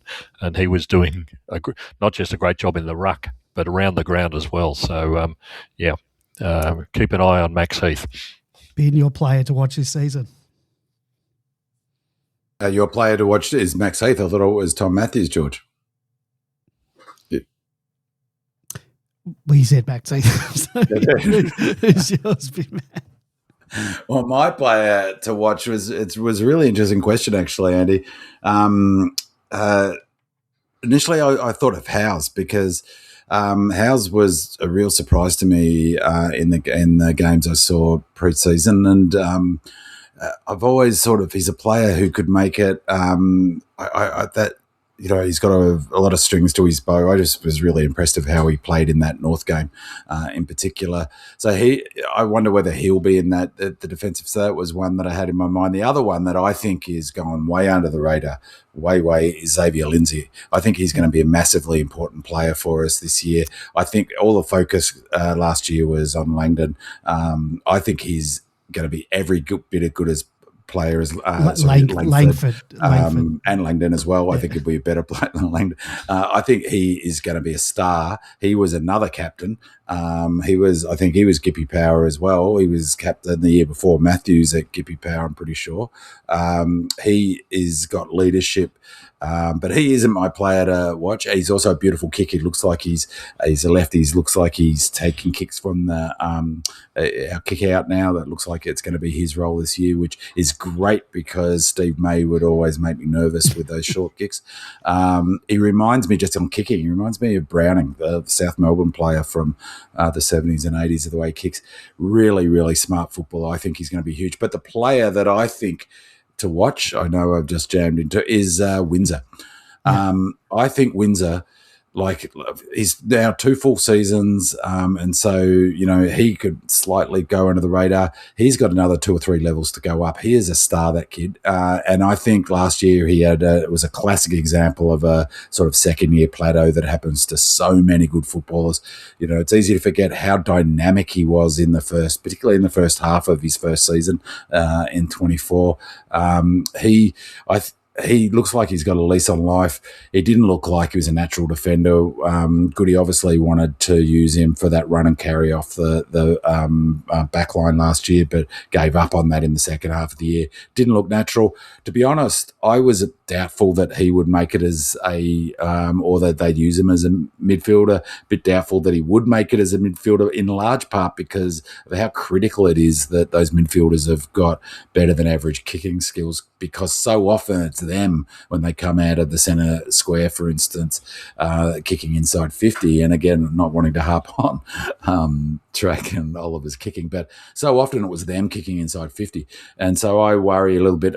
His kicking was a real, coming into the AFL, in his draft conversation, his vision and the draft notes that were available, his kicking was highlighted as one of his strengths. But I've been a little bit sort of disappointed in how good a kick he is. He gets under it a little bit, but he's going to be playing midfield and a bit of that utility role as well, up and down, from a half forward. He's going to be hugely important, and for a number of reasons. But the number one thing is his leg speed and his obvious instruction to run and carry. I watched the Richmond game again today. He's quick. He's obviously been told to go for it and give him the freedom to do it. He makes good decisions. Kicked a beautiful goal in that Richmond game and linked up and ran and carried and kicked inside 50. Ran inside 50 and kicked it from about 40. I think he's going to be I think he's going to be star, one of the better players in the AFL. I just think he's that good. 2, I think he's going to be critical for these next 2, 3, 4, 5 seasons in terms of where we get to, because King has earmarked him to play a key role, I think. And I think he's got the tools to really become one of our better players and one of the best players in the AFL. It was interesting, Ben Man, that you mentioned Howes first up. I was really impressed with him in the Richmond game. After Kentfield was injured, they had to take T-Mac up to the forward line, and Howes all of a sudden linked up beautifully and fitted in seamlessly with Lever and Disco as the 3 talls. It was, he really stood up. I don't think Richmond are any great competition this year, but he really stood up when he needed to, which was exactly what we wanted. And now with May gone, I think we'll see a lot more of him, being a little bit more cemented into those prime backline positions. Yeah, I totally agree. And that's, as I said, one of the things that he brings is that middle height where he can play on a tall at a pinch if he has to. It can also play on a medium, and in both those games, he also makes good decisions. Like, he doesn't, So I've got a feeling that he could be a bolter, and I would not be surprised at all if he's in the round 1 team. Oh, Howes, yeah, I think definitely he will be. The only other player, I wasn't sure who you guys were going to select, so I just written down a few. Caleb Windsor, you said. Xavier Lindsay, you said. Harvey Langford, obviously, and a player to watch this year. He's a gun. Just speaking of Harvey Langford, it was in the North game. Under pressure, sort of slightly being bumped off maybe 1.5, 2 steps. He kicked from inside the square, just inside the square, and it went over the umpire's head. That was an unbelievable kick. He is something out of the box, and a bit like Xavier Taylor, he's also super competitive, isn't he? I guess you have to be to get to that level. But he is. I think it goes without saying he's a future star. Was it him that the other day re-signed? Extended to 29. Yep, fantastic. Yeah. So take that, Tassie Devils. All right. Well, now we're going to talk about the players that need to take the next step up. And I've chosen JVR, who I think needs to take the next step because we really need him to become more than just a promising young key forward. They need him to become a genuinely damaging player. He's shown that he can compete in the air, bring the ball to ground, provide a target. But the next phase of his development is about consistency, authority, and scoreboard, most importantly, scoreboard impact. We need him to become the sort of forward that opposition defences have to plan around, not just a player who shows flashes from week to week. And the numbers tell part of the story. In his first 2 seasons, he kicked 28 goals in 2023 and 30 goals in 2024, which was a strong return from a young key forward still learning the craft at AFL level. But in 2025, that number dropped away to just 16 goals, which part of that was because he did play a few less games, but also given how Melbourne went that last year. And whether that was form-related or a reflection, as I said, on the broader issue of Melbourne's forward setup, underlines the fact that his development as a damaging forward is still not where the Demons need it to be. And for Melbourne to improve in 2026, they need that trend to start moving back in the right direction. And part of what should help him this season is the presence of Brody Myercheck, as we mentioned before. For much of his early career, JVR has carried a significant share of the key position burden, often with a lot of defensive attention coming his way. The addition of Myercheck gives Melbourne a mature, experienced, strong body forward who knows how to compete, lead into space, creates contests and demands respect from defenders. And that should be a real benefit for JVR. Instead of being the sole focus of opposition key backs, he now has the chance to work alongside another proven big body, which should help create some favourable matchups and allow him to play with a little bit more freedom. And just as importantly, there's the hope that Van Rooyen is not asked to spend as much time as the backup ruck. While his willingness to compete in that role has been admirable, it can clearly hamper his development as a genuine key forward if he's spending 5 to 8 minutes a quarter in the ruck. And that's time being taken away from his forward craft, leading patterns, body work inside 50 and the chance to settle into the rhythm of a game as a dangerous attacking target. And if Melbourne wants him to truly develop into a key forward, then the priority has to be letting him play that role as often as possible. And I think that's where Luca Kenfield can also become an important once he returns from injury. His size and physical presence give Melbourne another option as a forward who can also provide ruck support, which should help reduce the need to throw Van Rooyen into the ruck for extended periods. If Kenfield can take some of that load off JVR, it allows JVR to stay closer to goal and focus on the part of his game that Melbourne needs most. In many ways, the setup now gives Van Rooyen his best chance yet to take that step, with Myercheck there to share the key defensive attention and the possibility of Kenfield helping cover the secondary ruck. The D's are in a position to let JVR concentrate far more on what he should be becoming. I think for me, that's JVR has got to take that next step. And I think we're now putting into place some things that will help him get there. So Big Man, followed by George, your players that need to take the next step this season. Well, for me, that player that really, both for the team, for the footy team, and if for his career, if I was perfectly honest. Well, that's the point of this thing. Not that I think JVR's on his way out, but it's just you need to take the next step. Yeah. I think that you're spot on. Although one thing I would say just before with JVR is that I agree with everything you just said, Andy. Just the sort of caveat that I would put on it is that I think that it's just so important with big players with tall key position players is that it is just true they take longer to develop. They often plateau. Tracy's a perfect example. Everyone was raving about Tracy last year. No one was raving him about the previous season. So, they do take longer. I think JVR got caught in maybe it was a bit about people playing in their set thingo, but he got caught too often wrestling last year. And but he had no support. He had no support, but he looks physically different this year. He looks taller. He looks more athletic. I hope he gets on his bike. I hope, like both of you, that he doesn't ruck too often. But I hope he doesn't. He gets out of this habit of one-on-one wrestling. Didn't work for him last year. For me, the player that really, both for his career and for the Melbourne Footy Club, who needs to go up a level, and it's really crunch time for him, is Colt Tolstra. I had him as another possible. He was pick 13, so that's in our first pick, and it was one of those years, a bit like with, I think initially we had pick 7 or pick 8, and once they did all of the academy picks or whatever, we ended up with 13, and so he was our second. He wasn't our first, he was our second selection. Yeah, Windsor. Our second selection. So I might only say that in terms of it's not like a Spargo, for instance, or even not a pick 30 or a pick 50 a Laurie, or exactly. Is that you pay a first round pick is a lot of your investment, so there's a huge opportunity cost, isn't there? Getting your first round picks wrong. Of course, you could always go through and look back at who you could have picked, and so I think it's critical from that point of view.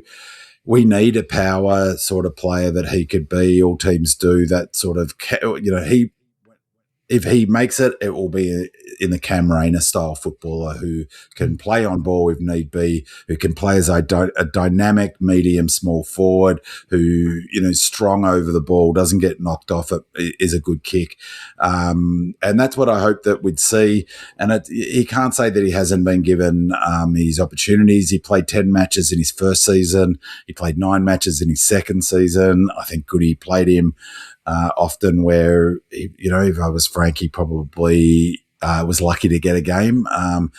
We talked about last season and the season before, I put a lot of, I think the champion data player rating is an excellent, the best sort of assessment of a player's both individual games and collectively. His player rating 20, remember, being a sort of elite level, and there's very few 20. Max is one of our only, I think he's 17 or 18, but in 24, Colt's player rating was 6.71, 10 games, 58 super coach points, 54 fantasy points, 72% time on ground. He's averaging nearly 7 kicks a game, nearly 5 handballs, so 12 disposals a game.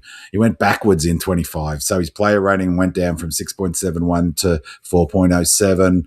Almost half as many, 33 super coach points. Not that I put much stock in super coach points, but he had half as many kicks, 6.9 in 24. He was averaging 3.4. It doesn't get it done. He's got to get more of the footy. He's only kicked 8 goals in his short AFL career thus far. I think I was curious that he was in the Richmond practice game as well. So, you'd suggest that King wants him in the side. So it's this year, if he doesn't step up to the level this year, I think he'll be heading back to WA. Sure if he doesn't. And he's been given his opportunity. I mean, and so I'm not selling my shares on Colt. I've been really, really bullish on him. Me too. Still am, but those smaller players haven't got that same excuse as the bigger, taller players, in that they're often ready to go physically. Of course, there was a suggestion that he could probably improve his strength and his fitness. And I don't know, what are your guys' sense of what you've seen him on the track? Has he done so? Looks like he's been training very hard. I think maybe there has been an attitude shift from what, anecdotally from last year. So, yeah, he's in the position. But having spoken to him as well, he seemed like the coach is backing them, as we said. So time will tell. We'll see. The proof will be in the pudding whether he takes that on board. I think it was really interesting comment that he made to us about that freedom. And I personally think he's exactly the sort of player who will love that, who will really embrace it, who will take that to heart and show initiative and take it on. And that's what I want. He's a sort of player that he's got to get more of the footy for a start. Like you can't be getting 8-9 kicks a game. You just can't. If you are a player who's only getting 8, 9, 10 kicks a game, well, you've got to be kicking 2-3 goals a game, or you've got to have that X factor, which is how he came into the AFL. That was what his junior footy was like, a real X factor player. And so hopefully he can show a bit of that X factor and really show his personality, but to be honest, it probably does depend a hell of a lot on his ability to get super fit, super strong. I mean, I think that's true of all players now. You're not playing AFL footy if you're not super fit and super strong. So George, I actually looked at the notes and you did choose Max Heath as the player that needs to take the next step, and you did choose Tom Matthews as the player to watch. So, so I've covered those. We've spoken both, well. But I had another possible other one that needs, player that needs to take that next step, and I've got Matthew Jefferson. Do you want to speak about Jeffo? And we know that he's injured for the next couple of weeks, but this is his year, I guess, that it's make or break. Yeah, that's basically it. And Jeffo's in the same boat as, to a certain extent, as Colt. When you're a high draft pick, there are expectations that you deliver, and reasonable expectations too. Yeah, and has had the opportunity. He hasn't shown enough up to this stage, and is in an invidious position now with Myercheck in there for at least probably a couple of seasons, and also Kentfield showing, quite honestly, much more up forward in both the preseason stage and in the practice games. Kentfield was looking very impressive when he was asked to go up forward, and Kentfield also provides another option in the ruck. So Jeffo's really got it before him. He has to show something. I hope he does, but it's difficult. The big knock on him is always the second efforts and the aggression. I remember in the North Melbourne game, there was a particular play very near the end that really struck me about what the problem with Jeffo is. Langdon had brilliantly managed to fight off one-on-one the man on the wing, and he was obviously going to win it because he's so damn fit. Before he even got the ball, though, Sharp had run 50 metres to get to the next opportunity. So when Langdon got it, Sharp was already 5-10 metres in front of his man, and it was an easy kick for Langdon. Jeffo was standing at full forward with his man and didn't move until after Sharp had got the ball. And the result was that he had the opportunity to go into space, to think where, I've got to run now, because if Sharpie gets this, which was obviously he was going to, I want to be 5 metres in front of my man. He left it too late. That's not natural for a forward from what I've seen or expect. So you sort of go, he just hasn't got that natural instinct about playing football, unfortunately, that I hope I'm wrong, but he's had plenty of opportunities up to this point. Yeah, he was a bit unlucky to get injured, wasn't he, last year when after his first shot at it. And I mean, in that North game, there was another thing. That's what I thought you were going to say. Actually, is that I'm hopeful. I wouldn't say overly confident, but I'm hopeful. I'm not selling my shares yet on him. Maybe hedging him. But there was a thing in that North game that I sort of thought to myself, that's the worry, because it's so hard to teach. You can't really teach instinct, obviously. There was a contest that he'd lost and the ball went to ground and it bounced funny somehow. I can't remember the exact scenario, but the problem was Jeffo had given up on the ball.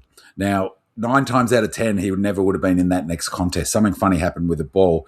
But a player like JVR or Kentfield or Taylor, for instance, would have been in their position to get the ball because they would have never given up again after having lost it the first time. And he was just on his back foot, and it was all down to the fact that his instinct wasn't, I've just been beaten in this contest, didn't mark it, I'm going to do whatever it takes to make sure I get the footy in the next half second. And he moved towards it, but by then it was too late. Then it was a half a second. So I don't know whether you can teach that or players, I guess, can improve in that aspect. But to me, that's what he's got to do to make it, is to become that second effort, sort of instinctual, go for it, and not be beaten, refuse to be beaten. All right, let's move on to the part of the show where every supporter starts to weigh hope against reality and our expectations for the 2026 season and what we think should be considered a realistic pass mark for Melbourne this year. After all the change of the past 12 months, a new coach, a major list turnover, cultural reset, and a clear shift in direction, this feels like a season that's going to be judged a little differently to others. This is not a year where Melbourne should be burdened by the same level of expectation that has existed in previous seasons. The club is clearly trying to reshape itself while still remaining competitive, and in many ways this feels like a mini rebuild on the run. So the question is not just where Melbourne finishes, but what progress actually looks like and what signs we need to see and what would represent a season that leaves supporters feeling that the team is genuinely heading in the right direction. And for me, this season is a season where both the club and Stephen King should be afforded a bit more breathing room than Melbourne has had in recent years. There's been a significant change to the list, obviously a new coach, and what appears to be a genuine effort to address some of the cultural issues that have clearly been building. And because of that, I do not think the same level of pressure should apply either internally from supporters or from the outside, whether it be the media or the wider footy world. And this feels like a year where the focus should be on building something more sustainable for the future, even if there are still some bumps along the way, which there certainly are going to be. I do expect us to improve on what we saw from 2025, but I also think there's likely to be some teething problems as this new era begins to take shape. And with so much personnel and structure, with so much change in the personnel, the structure and the game style, it'd be unrealistic to expect everything to click immediately. There'll probably be some inconsistency at times, and there may be games where the side still looks like a work in progress. But that should not necessarily be viewed as a failure if the broader signs are positive and the team is clearly moving in the right direction. So having said that, I think Melbourne can finish a lot higher than a lot of the pundits are suggesting, and I'm not predicting a dramatic rise up the ladder, but I do think there's enough talent still on the list, enough motivation within the group, and enough intrigue around the new coach to suggest that the side can surprise a few people. I think at best, absolute best, if a few things go our way, injuries being one thing, and the team adapts quickly enough, I don't think that it's beyond the realms of possibility. And you probably fall out of the chair for me saying that the D's could at least put itself in the conversation for a wildcard spot. That might change after Sunday. I might readjust. The high of the 21 flag, we're putting ourselves in the conversation for a wild card spot, mate. Not even finals. And my big concern though is whether the new look midfield can consistently match it with the competition's best teams. That to me is still the biggest question mark hanging over this side. There's some intrigue there, and there are opportunities for other players to step up, some younger players to step up. But until we actually see the group tested against the top sides, it remains the midfield, and that's my big problem. It remains a legitimate point of uncertainty for me, whether we can match it with them. So when I think about a realistic pass mark for 2026, it's not necessarily about finals or ladder position alone. For me, a pass mark would be improving on last year's win total, which how many did we win last year? Improving on that, being far more competitive week to week. And we were competitive in a lot of games last year, and showing the ability to genuinely challenge some of the better teams in the competition, maybe even knock off a few of them along the way. We did it against Brisbane last year, who were eventual premiers. I'd like to see us knock off a couple of teams that or really, really take it up to them. I want to see a side that's hard to play against, one that shows some growth, a bit of resilience, and a clear sense that we're heading in the right direction, and it's not just the talk of a new coach coming in and saying that. I want to start seeing some of that come to fruition. And if we get that, even if there's still the flaws and a couple of frustrations, I think we can say that 2026 has been a step forward. I don't think I'm asking for too much. George, followed by Big Man, what are your expectations for the season, and what's a realistic pass mark for you? I hope this won't be played back to us by the end of the year. I'm sure it'll be played back next week. Yeah. Couple of things. Last year, particularly towards the end of the year, the one word that the club would not, under any circumstances, use was rebuild. Well, guess what? We are absolutely, utterly in a rebuild. And we're only not a full rebuild, a renovation. Okay, righto. Tragically, we have lost two of the best midfielders that have ever played for this club, in Petrarca and Oliver. Their ability to get the ball in the middle was unparalleled, certainly in the last 25 years or so. The good thing is, I don't think that the competitive bull type player is going to be as critical into the future.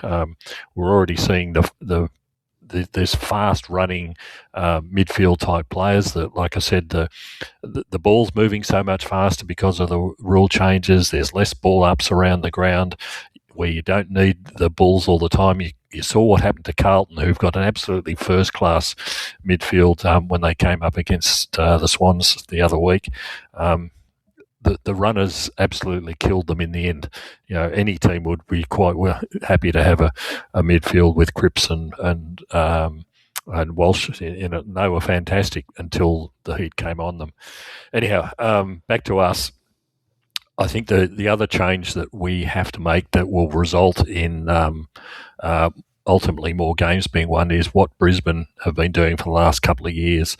The Brisbane mids, and again, mids are people who go from half forward to wings to right in the middle to half backs.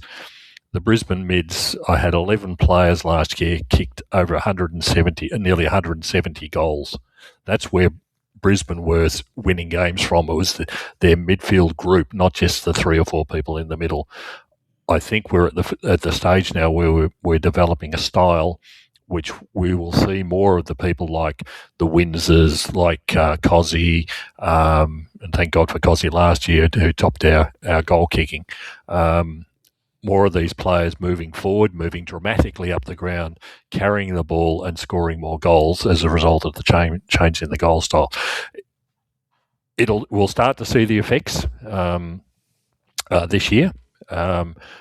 How much effect it'll have, it'll be interesting, as Andy said, when you come up against a really strong midfield. How well do Jack Steele and Cully and Cozzy and whoever else you want to run in there through the midfield?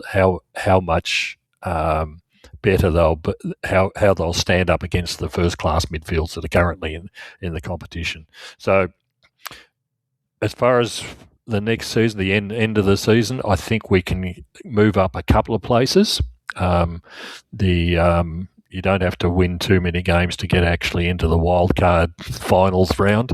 You don't even have to win half your games to get into that. But we've got the opportunity to win a couple more games this year from what we did last year.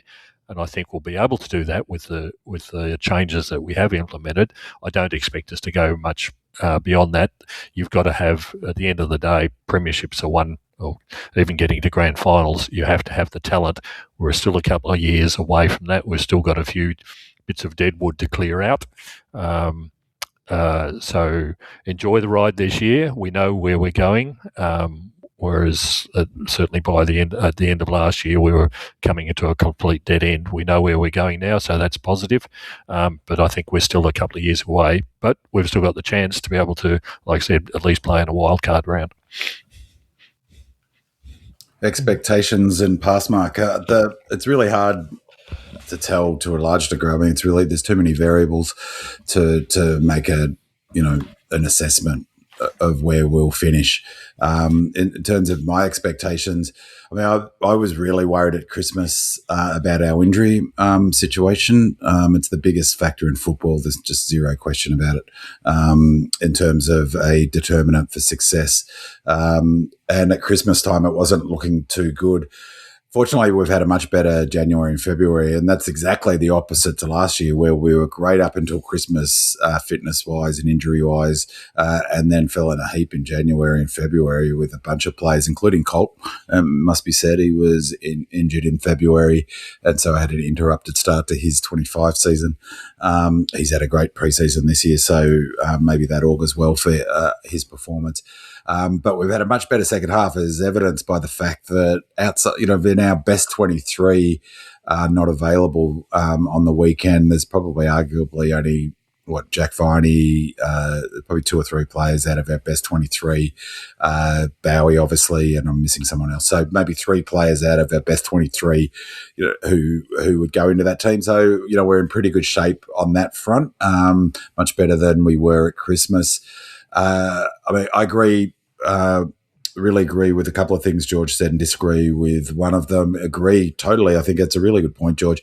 I was thinking exactly the same thing. I watched a bunch of all of the opening round games and a bunch of the preseason games, is that the midfield is changing. Like, you need those runners. You need players who can run forward of the ball. I totally agree with, that's what I was saying last year about Brisbane, about that's their point of difference.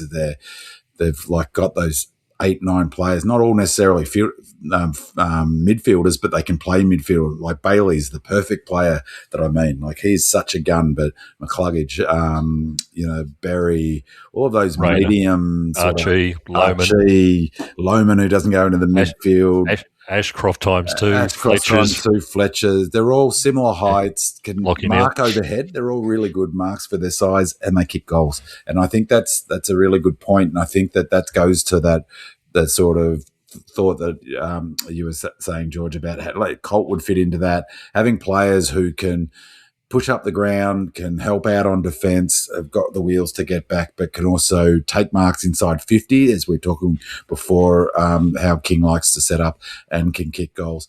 But the rebuild, I don't agree with. I mean, it's sort of a bit counterintuitive. If you think we're going to go better than last year by a couple of games, that's not really a rebuild. I guess it's a semantic. I would say it's a reset. I think our list is in much better shape than what many do, including lots of pundits. I actually think will benefit from not having Track and Klas, mainly because both are too slow and both are shit kicks. And so that just doesn't cut it in foot anymore. You don't need inside bulls in the same way as you did even 3-4 years ago. And so I think, for me, a pass mark would be more wins than last year. We won 7 games last year, more wins than last year. I think I would love to see us be 100%. Our percentage, I think percentage is an excellent indicator of where a team's at. I really hope because that will show that we've sorted our defense. I think our defense was by far our biggest issue last year. And so I really like what I see so far with our defensive system. And I think there's a good chance that we'll push for that wild card. I think there's a chance we can make the finals as well, in large part because I truly believe, I really believe this, that there's really only 2 or 3 clubs. I'd say the Suns, Lions, potentially Giants, maybe, but I reckon but after that, you can throw a blanket over about 10 teams. Hawthorn are struggling. The Bullies just had a great win. Carlton are struggling. Saints were woeful in the game against Collingwood. They were just woeful for a team that's gone out to the market and spent what they've spent on bringing players in. They were as poor can be. I just don't think the competition is that strong, and I can see us making finals. But for me, a pass mark would be 100% and more wins than we did last year, that we won last year. All right. Anything else you want to add? I was going to talk. I was going to see if we'll do a preview of the match, but we're already 2 hours and nearly 20 minutes into this. The only thing I'd add is that it was a funny game, that Collingwood. It was the worst game. Just on your point, George, earlier at the beginning of the show about the scoring in this opening round. For punters out there, you might have missed the boat, but exactly as I said last year, get on over total match point that bet, because every single season for the last 3 seasons, the opening round and the first round has been high scoring. Teams are at their fittest. All clubs since 23 have been looking to move the ball quicker. Of the matches on the week, of the 5 opening round matches, 4 of them were well and truly over the total match point marker, and we had multiple games in that opening round where teams scored over 100 points. So that will change. That will change. It has every 2 or 3 years. Teams get better defensively, but in the main thing is they're just run out of puff. They're at their optimal fitness right now, and it's easy to do that running game. But so that high scoring trend will fall away a little bit, I suspect. So just to make it clear, we're not in the loading period just yet. No, we're fully wound up, ready to roll. Okay, good to know. All right, well, I think that's where we're going to leave it for tonight. We'll be back to our regular scheduled programming next week with the way we do the show, Go team! I can't wait. I'm really go Redleggers. Really looking forward. To getting back to the G. So at 1 o'clock, isn't it? 1:10? No, it's not. It's 3:15. 3:15. You can get there. Maxie say on the radio today he was looking forward to the game because it was a red footy because they play before 2 o'clock. Doesn't even know when he's playing. I heard him say that, and I think that's just because that's the time he has when he probably has to be at the ground. We're playing. He said he's sold me a pup. 3:15. You can get there early. Yellow ball, Maxie, if you're listening. You're playing with a yellow footy, not a red one. All right. We'll be back next week to break down the round 1 match against St Kilda. Go Demons. Go Redleggers.